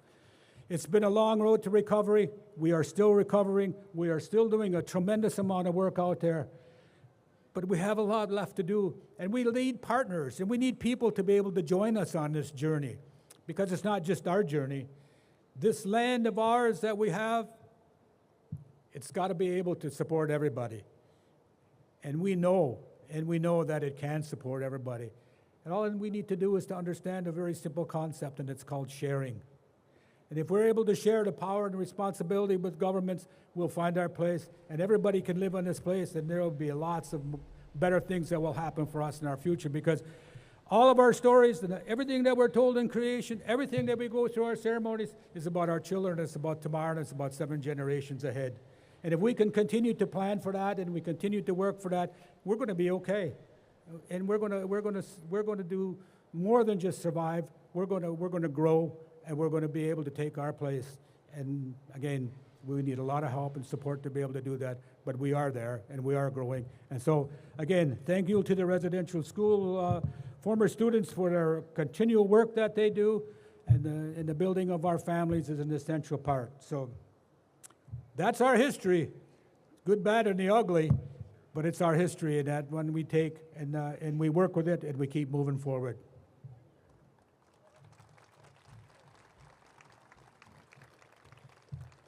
Okay, I'm going to, today is called, Canada is calling it Truth and Reconciliation Day. It's a statutory holiday, but I think a lot of these offices are open. So we still got a lot of work to do.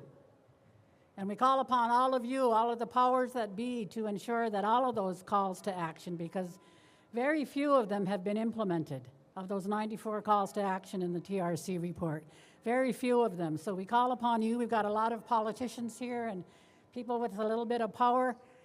We call upon you to make sure that all of those calls to action are implemented. But as I said, it's called Truth and Reconciliation Day, but we call it Orange Shirt Day. And I want to acknowledge everybody that's here in an orange shirt. And I'll give you a little bit of a history as to why we call it Orange Shirt Day. It's a legacy of the St. Joseph Mission Residential School Commemoration Project and reunion events that took place in Williams Lake, BC, Canada in May 2013. This project was the vision of Chief Fred Robbins, who was a former student himself. It brought together former students and their families from various First Nations, along with the Cariboo Regional District, the mayors and the municipalities, school districts, and civic organizations in the Cariboo region. The events were designed to commemorate the residential school experience, to witness and honor the healing journey of the survivors and their families, and to commit to the ongoing process of reconciliation. Orange Shirt Day is a legacy of this project. And as a spokesperson for the union group leading up to the events, former student Phyllis Webstead told of her first day at residential school when her shiny new orange shirt, which was bought by her grandmother and which she wore to the residential school, was taken from her as a 6-year-old girl. and she's never given it back. And one thing that happened with Gordon and I when we were, I just have to tell this story, we were on the mall, on the square, walking around talking to people, and there were a bunch of kids that their teacher had brought. And Gord said, well, what does Orange Shirt Day mean to you? And she told us the story of Philip Webstead. She was only about, what, 8 years old? 7 or 8 years old. And her teacher goes, yes. So the message is getting out there. And the annual Orange Shirt Day on September 30th opens the door to global conversations on all aspects of residential school. It's an opportunity to create meaningful discussion about the effects and the legacy that's been left behind. It's a day for survivors to be reaffirmed that they matter, and so do those that have been affected. Every child matters, even if they are an adult from now on. The date of September 30th was chosen because it is the time of year when children were taken from their homes to residential schools, and because it is also an opportunity to set the stage for anti-racism and anti-bullying policies for the coming school year. It is an opportunity for First Nations, local governments, schools, and communities. Sorry. Get my pages mixed up here. A good sign to shut up. And for communities to come together in the spirit of reconciliation and hope. So by wearing an orange shirt today, you make a statement to support reconciliation, and you commit to enduring that truth that every child matters every day. So congratulations to all of you that have orange shirts on today. And I also just want to acknowledge the many, many events that we know are going on across this country. From coast to coast to coast, in little towns and little villages and big cities. And some cities have multiple events going on. I think they are here in Toronto.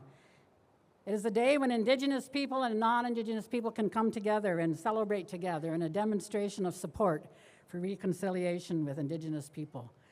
So now, we're going to talk about the Spirit Garden.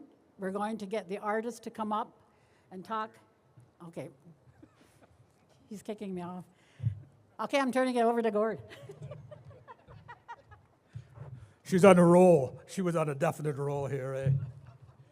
We've been talking for a while here, and so I think everybody needs to just kind of stand up and do a little stretch for a little while, okay? I mean, I know what it's like to sit on these chairs because we've been sitting on them for about 3 days over here, and it's kind of tough. So do your little stretch and everything, and we'll get back here in a second or two, and we're gonna introduce our artists.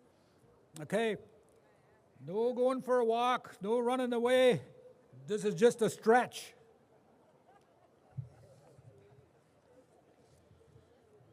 Okay, we're gonna come back. This is not a runaway, this is a sit down.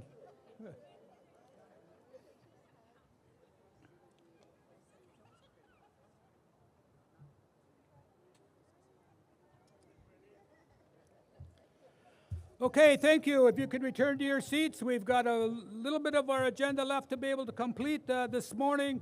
And then hopefully we're going to be done in good time for some lunch, and then we'll move on from there. Okay. So during the course of our presentations on the stage, folks, can you take a seat, please?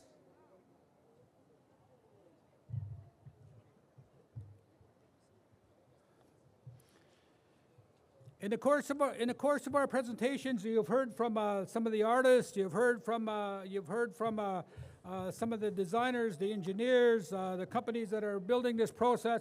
So we want to be able to take a couple minutes and be able to have them this morning also come up and have a few words to be able to say at this particular time. So our first speaker this morning is Solomon King, Niyashinaming. Okay, I got it right. But I always say Dewash, but it's growing up we call it Cape Croker. So there's many names for him, but he's the artist, and he's been performing here, and he's been doing his workshops have been full every day. And so I'm going to ask Solomon for a few words this morning about turtle.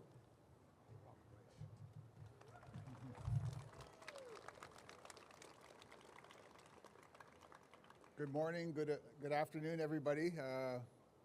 My name's Solomon King, and I'm from Chippewas and Nawash, Neashingaming, and the old style name was Cape Croker. It's about 4 hours north of here. I'm really honored to be here today because I'm hearing all these stories, and I'm hearing about. It just reminds me of home, and then it reminds me of all my relatives having everybody's stories and everybody's sharing here, and I'm really happy, and I'm glad this whole space is here now. Everything's done, and we get a chance to use the space, honor the space, and educate in this space. And I want to thank everybody, each and every person that has helped out with this. There's like a long list, all the way from the city to the contractors to the architects to council fire to all the survivors to all the relatives, everything, all the way across. I want to say thank you to everybody. And I don't want to take up too much time, but let's say from me, Chimigwech for everything. Thank you.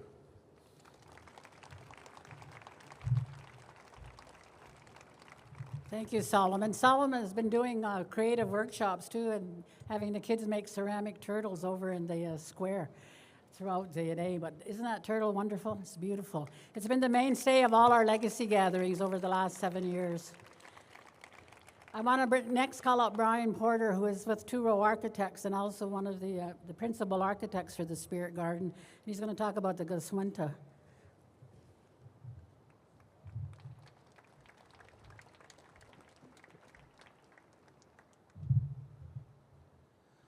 Thanks, Ava. You can see the Gaswinta here, which is kind of like the anchor for this design. As she said, it kind of symbolizes two vessels sharing the same stream. It's an acknowledgement that we share resources. Each boat is allowed to sort of travel at its own speed. They never interrupt each other. They're allowed to sort of travel, and it's an acknowledgement that we share resources, we share the same path. A couple of things I wanted to mention is, I've been calling this project, I've been calling it a seed and a portal. And when I think of it as a seed, it's something that needs to be watered, it needs to be nurtured for it to take roots and grow and spread across the city. So what happens next is going to be really important. The programming that's going to happen here, so the camaraderie between Indigenous people and mainstream people. I think this is a place where it can really flourish. I also think about it as a portal. From reliable resources, I understand that about 85% of all visitors to Toronto, national and international, they want to have an Indigenous experience. And this project, I think, can give them just a little glimpse into our traditional knowledge, our culture, what we celebrate across the calendar year.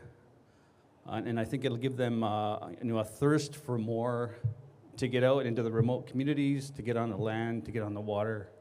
So that's really important. And I think from today, the mayor has a job, I see. So you got to get on the phone with the Halifax mayor, the Montreal mayor, Sault Ste. Marie, Vancouver. You got to challenge them, right? Like when somebody wins the Stanley Cup, you usually put up something like maple syrup for lobster if Boston wins. I shouldn't have mentioned Boston, but you need to challenge them. Each city should have something like this, I think. So again, let's spread the word. There were a couple people that I wanted to thank. I haven't heard their name today. One is Iqbal Briani. Where's There he is. He's really sort of been a rock for the project. Very, very steady, very, very patient, very, very innovative. So I don't think this project would be here without him. Theo Nazari. I see him walking in the back. Here he is, Theo. Again, really, really important part of the project team. So I wanted to make sure those two guys were mentioned. I think the artists have been mentioned, a lot of the project team, but I really wanted to make sure that those two guys got some kudos today. So thanks everybody.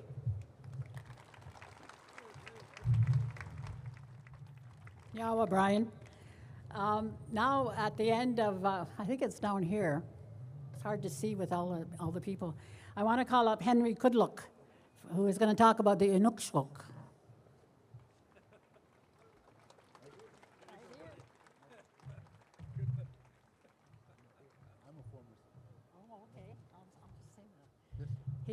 He just did foreign. He's also a former residential school survivor. Good luck. Good morning, everybody.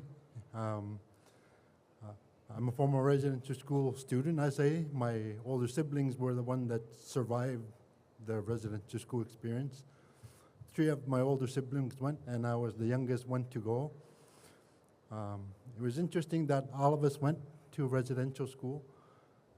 I was the youngest one to go, and I went for my high school education, so I went through it okay. And the only thing that I regret is my grandpa died while I was away. And when I got back home, I tried to tell my dad that I'm going to quit, and that I didn't want to go back to school because people are going to die and I can't go home. So, and then he said, he didn't want me to quit. He wants me to get an education. And he says, maybe one day you'll work for the government.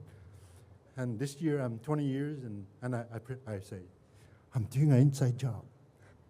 That's what I say. So for me, residential school was a good experience. It was in Yellowknife, which was about 1,200 miles from my community. And so I was very honored to be approached by Toronto Council Fire for me to make the Inukshuk. My name is Henry Angutimmarik Kadlak. Henry is my dad's former uncle, and Angutimmarik was a shaman healer that my grandpa named me after. And I learned on my island of Southampton Island and my community of Coral Harbor that my namesake had built a large Inukshuk, and he named it Angutimmarik. And so I was like, wow, he made a Inukshuk and he named it after himself. And I thought of naming that Inukshuk maybe Angutimmarik II, because I'm in our belief system, I'm the reincarnation of Angutimmarik. That's the belief system in our society. So yeah, it's the same soul living on in various bodies. So that's our belief system. And my namesake was a healer. So to me, I'm very interested in about spirituality and learning about all that stuff.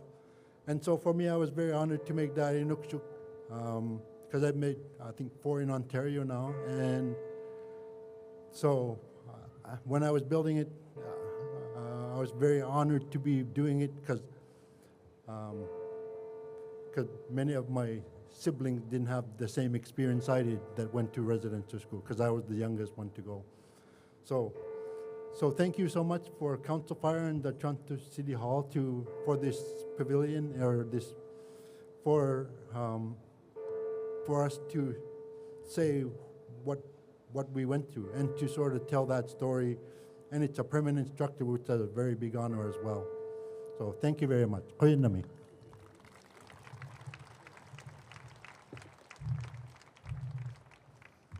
Thank you, Henry. We're glad you could be here with us today. The next one I want to bring up, another Haudenosaunee, Raymond Sky. Raymond is an artist from 6 Nations, and also we'll talk about the 3 sisters. Here he comes.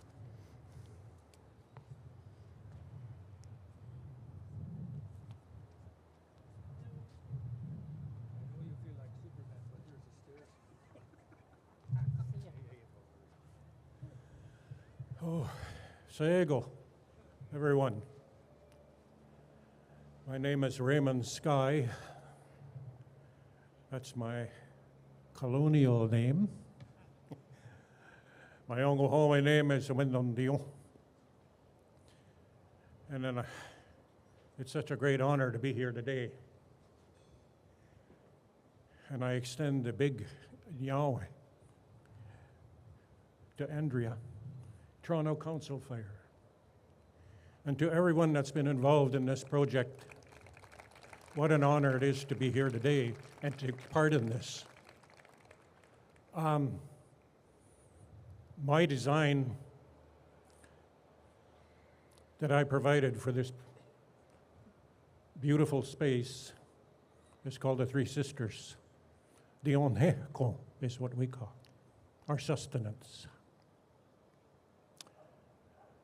I'm honored to be able to, as an artist, to be able to have my work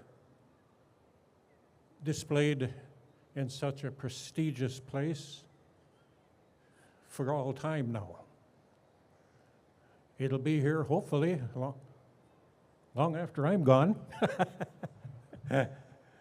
But there's another reason, too, why I'm deeply honored. My father and his sisters, my aunts, they were victims of residential school, too. And they survived. They're not alive today, but I think about them, and I was thinking about them when I got involved in this project. I think they'd be very pleased to see what's happened. I also think about the ones that didn't make it home, the children,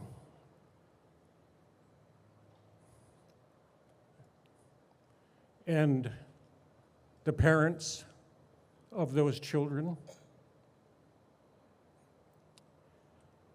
I've been thinking just recently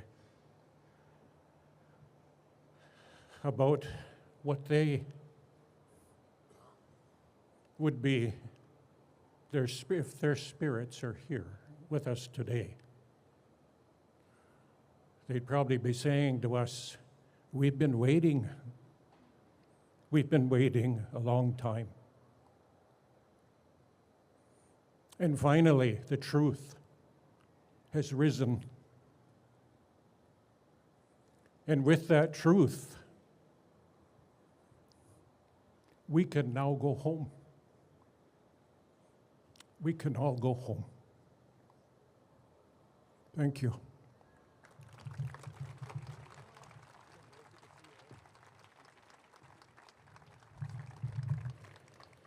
I was looking to see if Tanis Nelson was in the audience, Tanis Nielsen. If she's here today. Tanis, anybody seen Tanis today? Okay, let me tell you about her. Well, let me tell you about her artwork is probably the better way to describe her. And if right back in that corner over there, you see a 36 foot long canoe that she decided it's 6 feet wide, and it's polished stainless steel, and it's a Voyager canoe. And they sent us pictures of what it took for the cranes and everything to get it put in here. And it's the most beautiful piece of artwork that you're going to see. So later on, when we're strolling around here, after we take a break, make sure you go over and see the Spirit Canoe. And it is something I think that's been part of many histories of our peoples, not just with the Métis, but also with our First Peoples as well.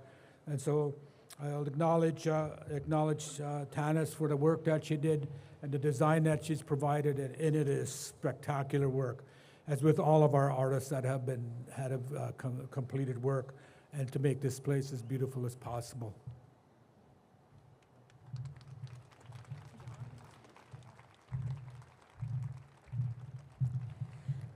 We also have John Mayawasigi Kishig. John is, I'm not sure if he's coming up to speak, but, oh, there he is. John's going to come and talk about Teaching Lodge. This is the Teaching Lodge on the left. And just for your information, back here is where the Three Sisters will be, which are corn, beans, and squash.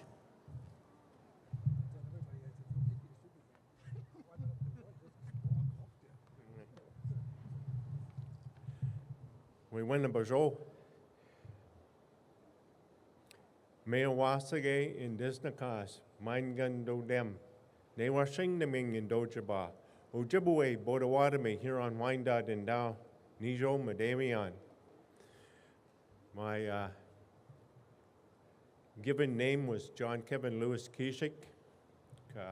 I am the son of Donald Kishik, who named the Chichiman, and I am also the son of Keitha Miriam Johnstone. And I'm from the area what was formerly called Cape Croker. We have reclaimed our name, our original name, Newashingneming, where the land juts out into the water. I'm sitting there and I'm trying to put my words together.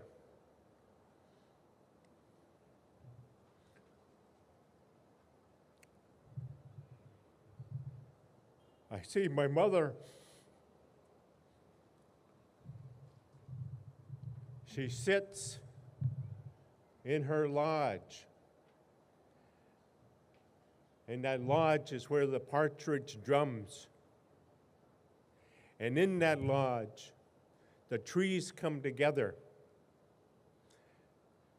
Nishnabe Kwa, Nishnabe Nini, and they reach across the skies to join their hands the way the Creator had asked us to. This is the union of our ancestors. I thank my brother here for extending his arm, because when you get inside, you will see those arms that they extend around and they unite and they come together.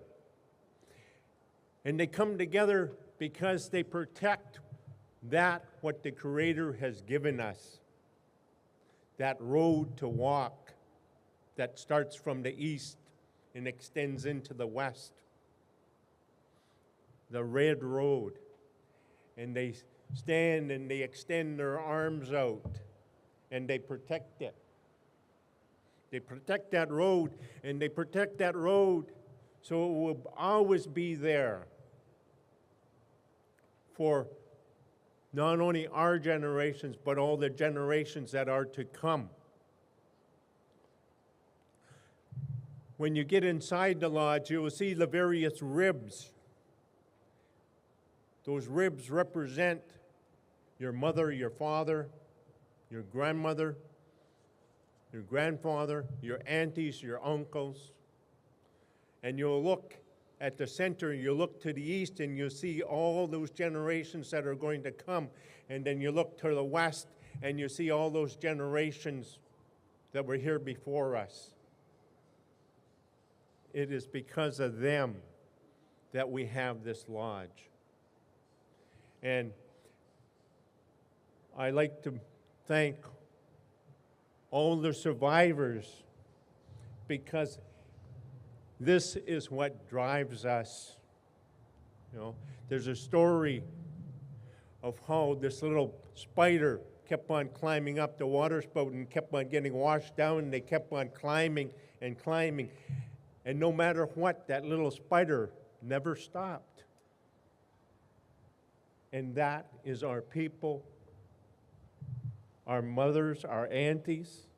They encouraged us to, you know, you fall down, my mom said, you get right back up, you know. Well, that's us, that's our people. This lodge here means the world to everyone. And it's just a small gift that I was given, and I share it now with all of yous. Miigwech.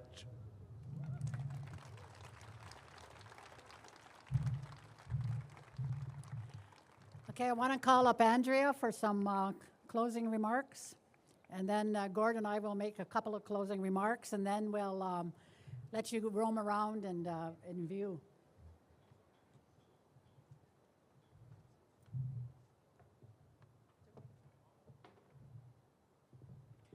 I found a new friend here. is all about peace and listening and hearing his story, similar to ours, you know. But again, as I say with our T-shirts, stay in your lane, right? It's really critical, you know. So what I really wanted, and I was, when listening to the presentations, you heard that I said you were my newfound friend. Yeah, good. Okay. And so with I wanted to be really clear on this space, this beautiful space, and I want to give a kudos and acknowledgements to the City of Toronto, because this would not have been possible if we didn't have their support and supporting our vision. And I also want to give a shout out to our friends within the multi-faith group, and you need to know, and I appreciate you wearing your 4-color ribbon shirts. And so it's really important that acknowledgement is always given. And so the turtle, Nawal, our mother, she was part and parcel of, you know, the calls to action. And we didn't want to have a monument. We wanted something that was inclusive, you know, inclusive and reflective of our land and our acceptance of people.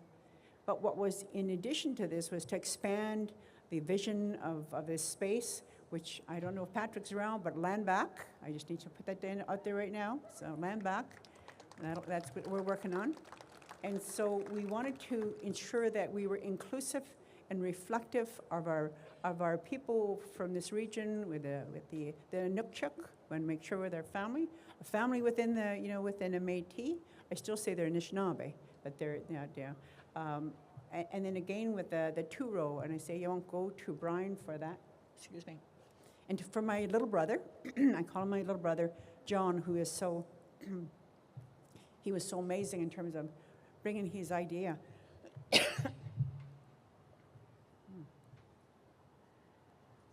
And if elected, it's really important that I just want to acknowledge everybody. And in terms of the space that we have here, and to be really clear that this is not one of the calls to. This is beyond the call. This is beyond. This is for all of us, right? So you won't go. Huh? You can tell them that, and then I'll do the closing. Okay, we're going to reconvene at 1 o'clock on the main stage. And any of our invited dignitaries would like to say a few words. 12:30. Oh, 12:30? We want to open up the garden now so that you can have a chance to roam around. And if you want to stay till 1 o'clock, we're also going to hear from our friend here at the main stage at 12:30. And if any of you want to make some comments then, just check with Gordon and I will be the MCs over there. And I just want to thank everybody for coming. It's been a whirlwind trip for me, but it's just so emotional, and I just thank John and Raymond and all the artists for their fine work, and echo the words that Raymond had to say. So, Yawa.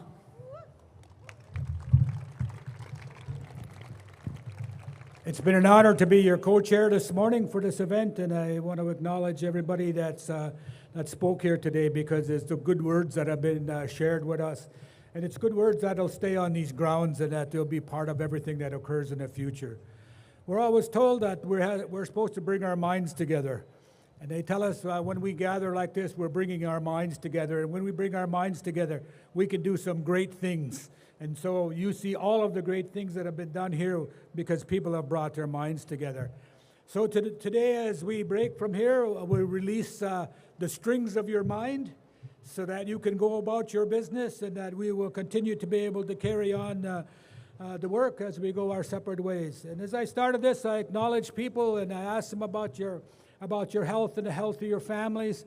And we reiterate when we leave today that we wish you well, that you are healthy and strong, and that your families are healthy and strong, and that we carry on our responsibilities in the best way that we can. Anishik. Bye.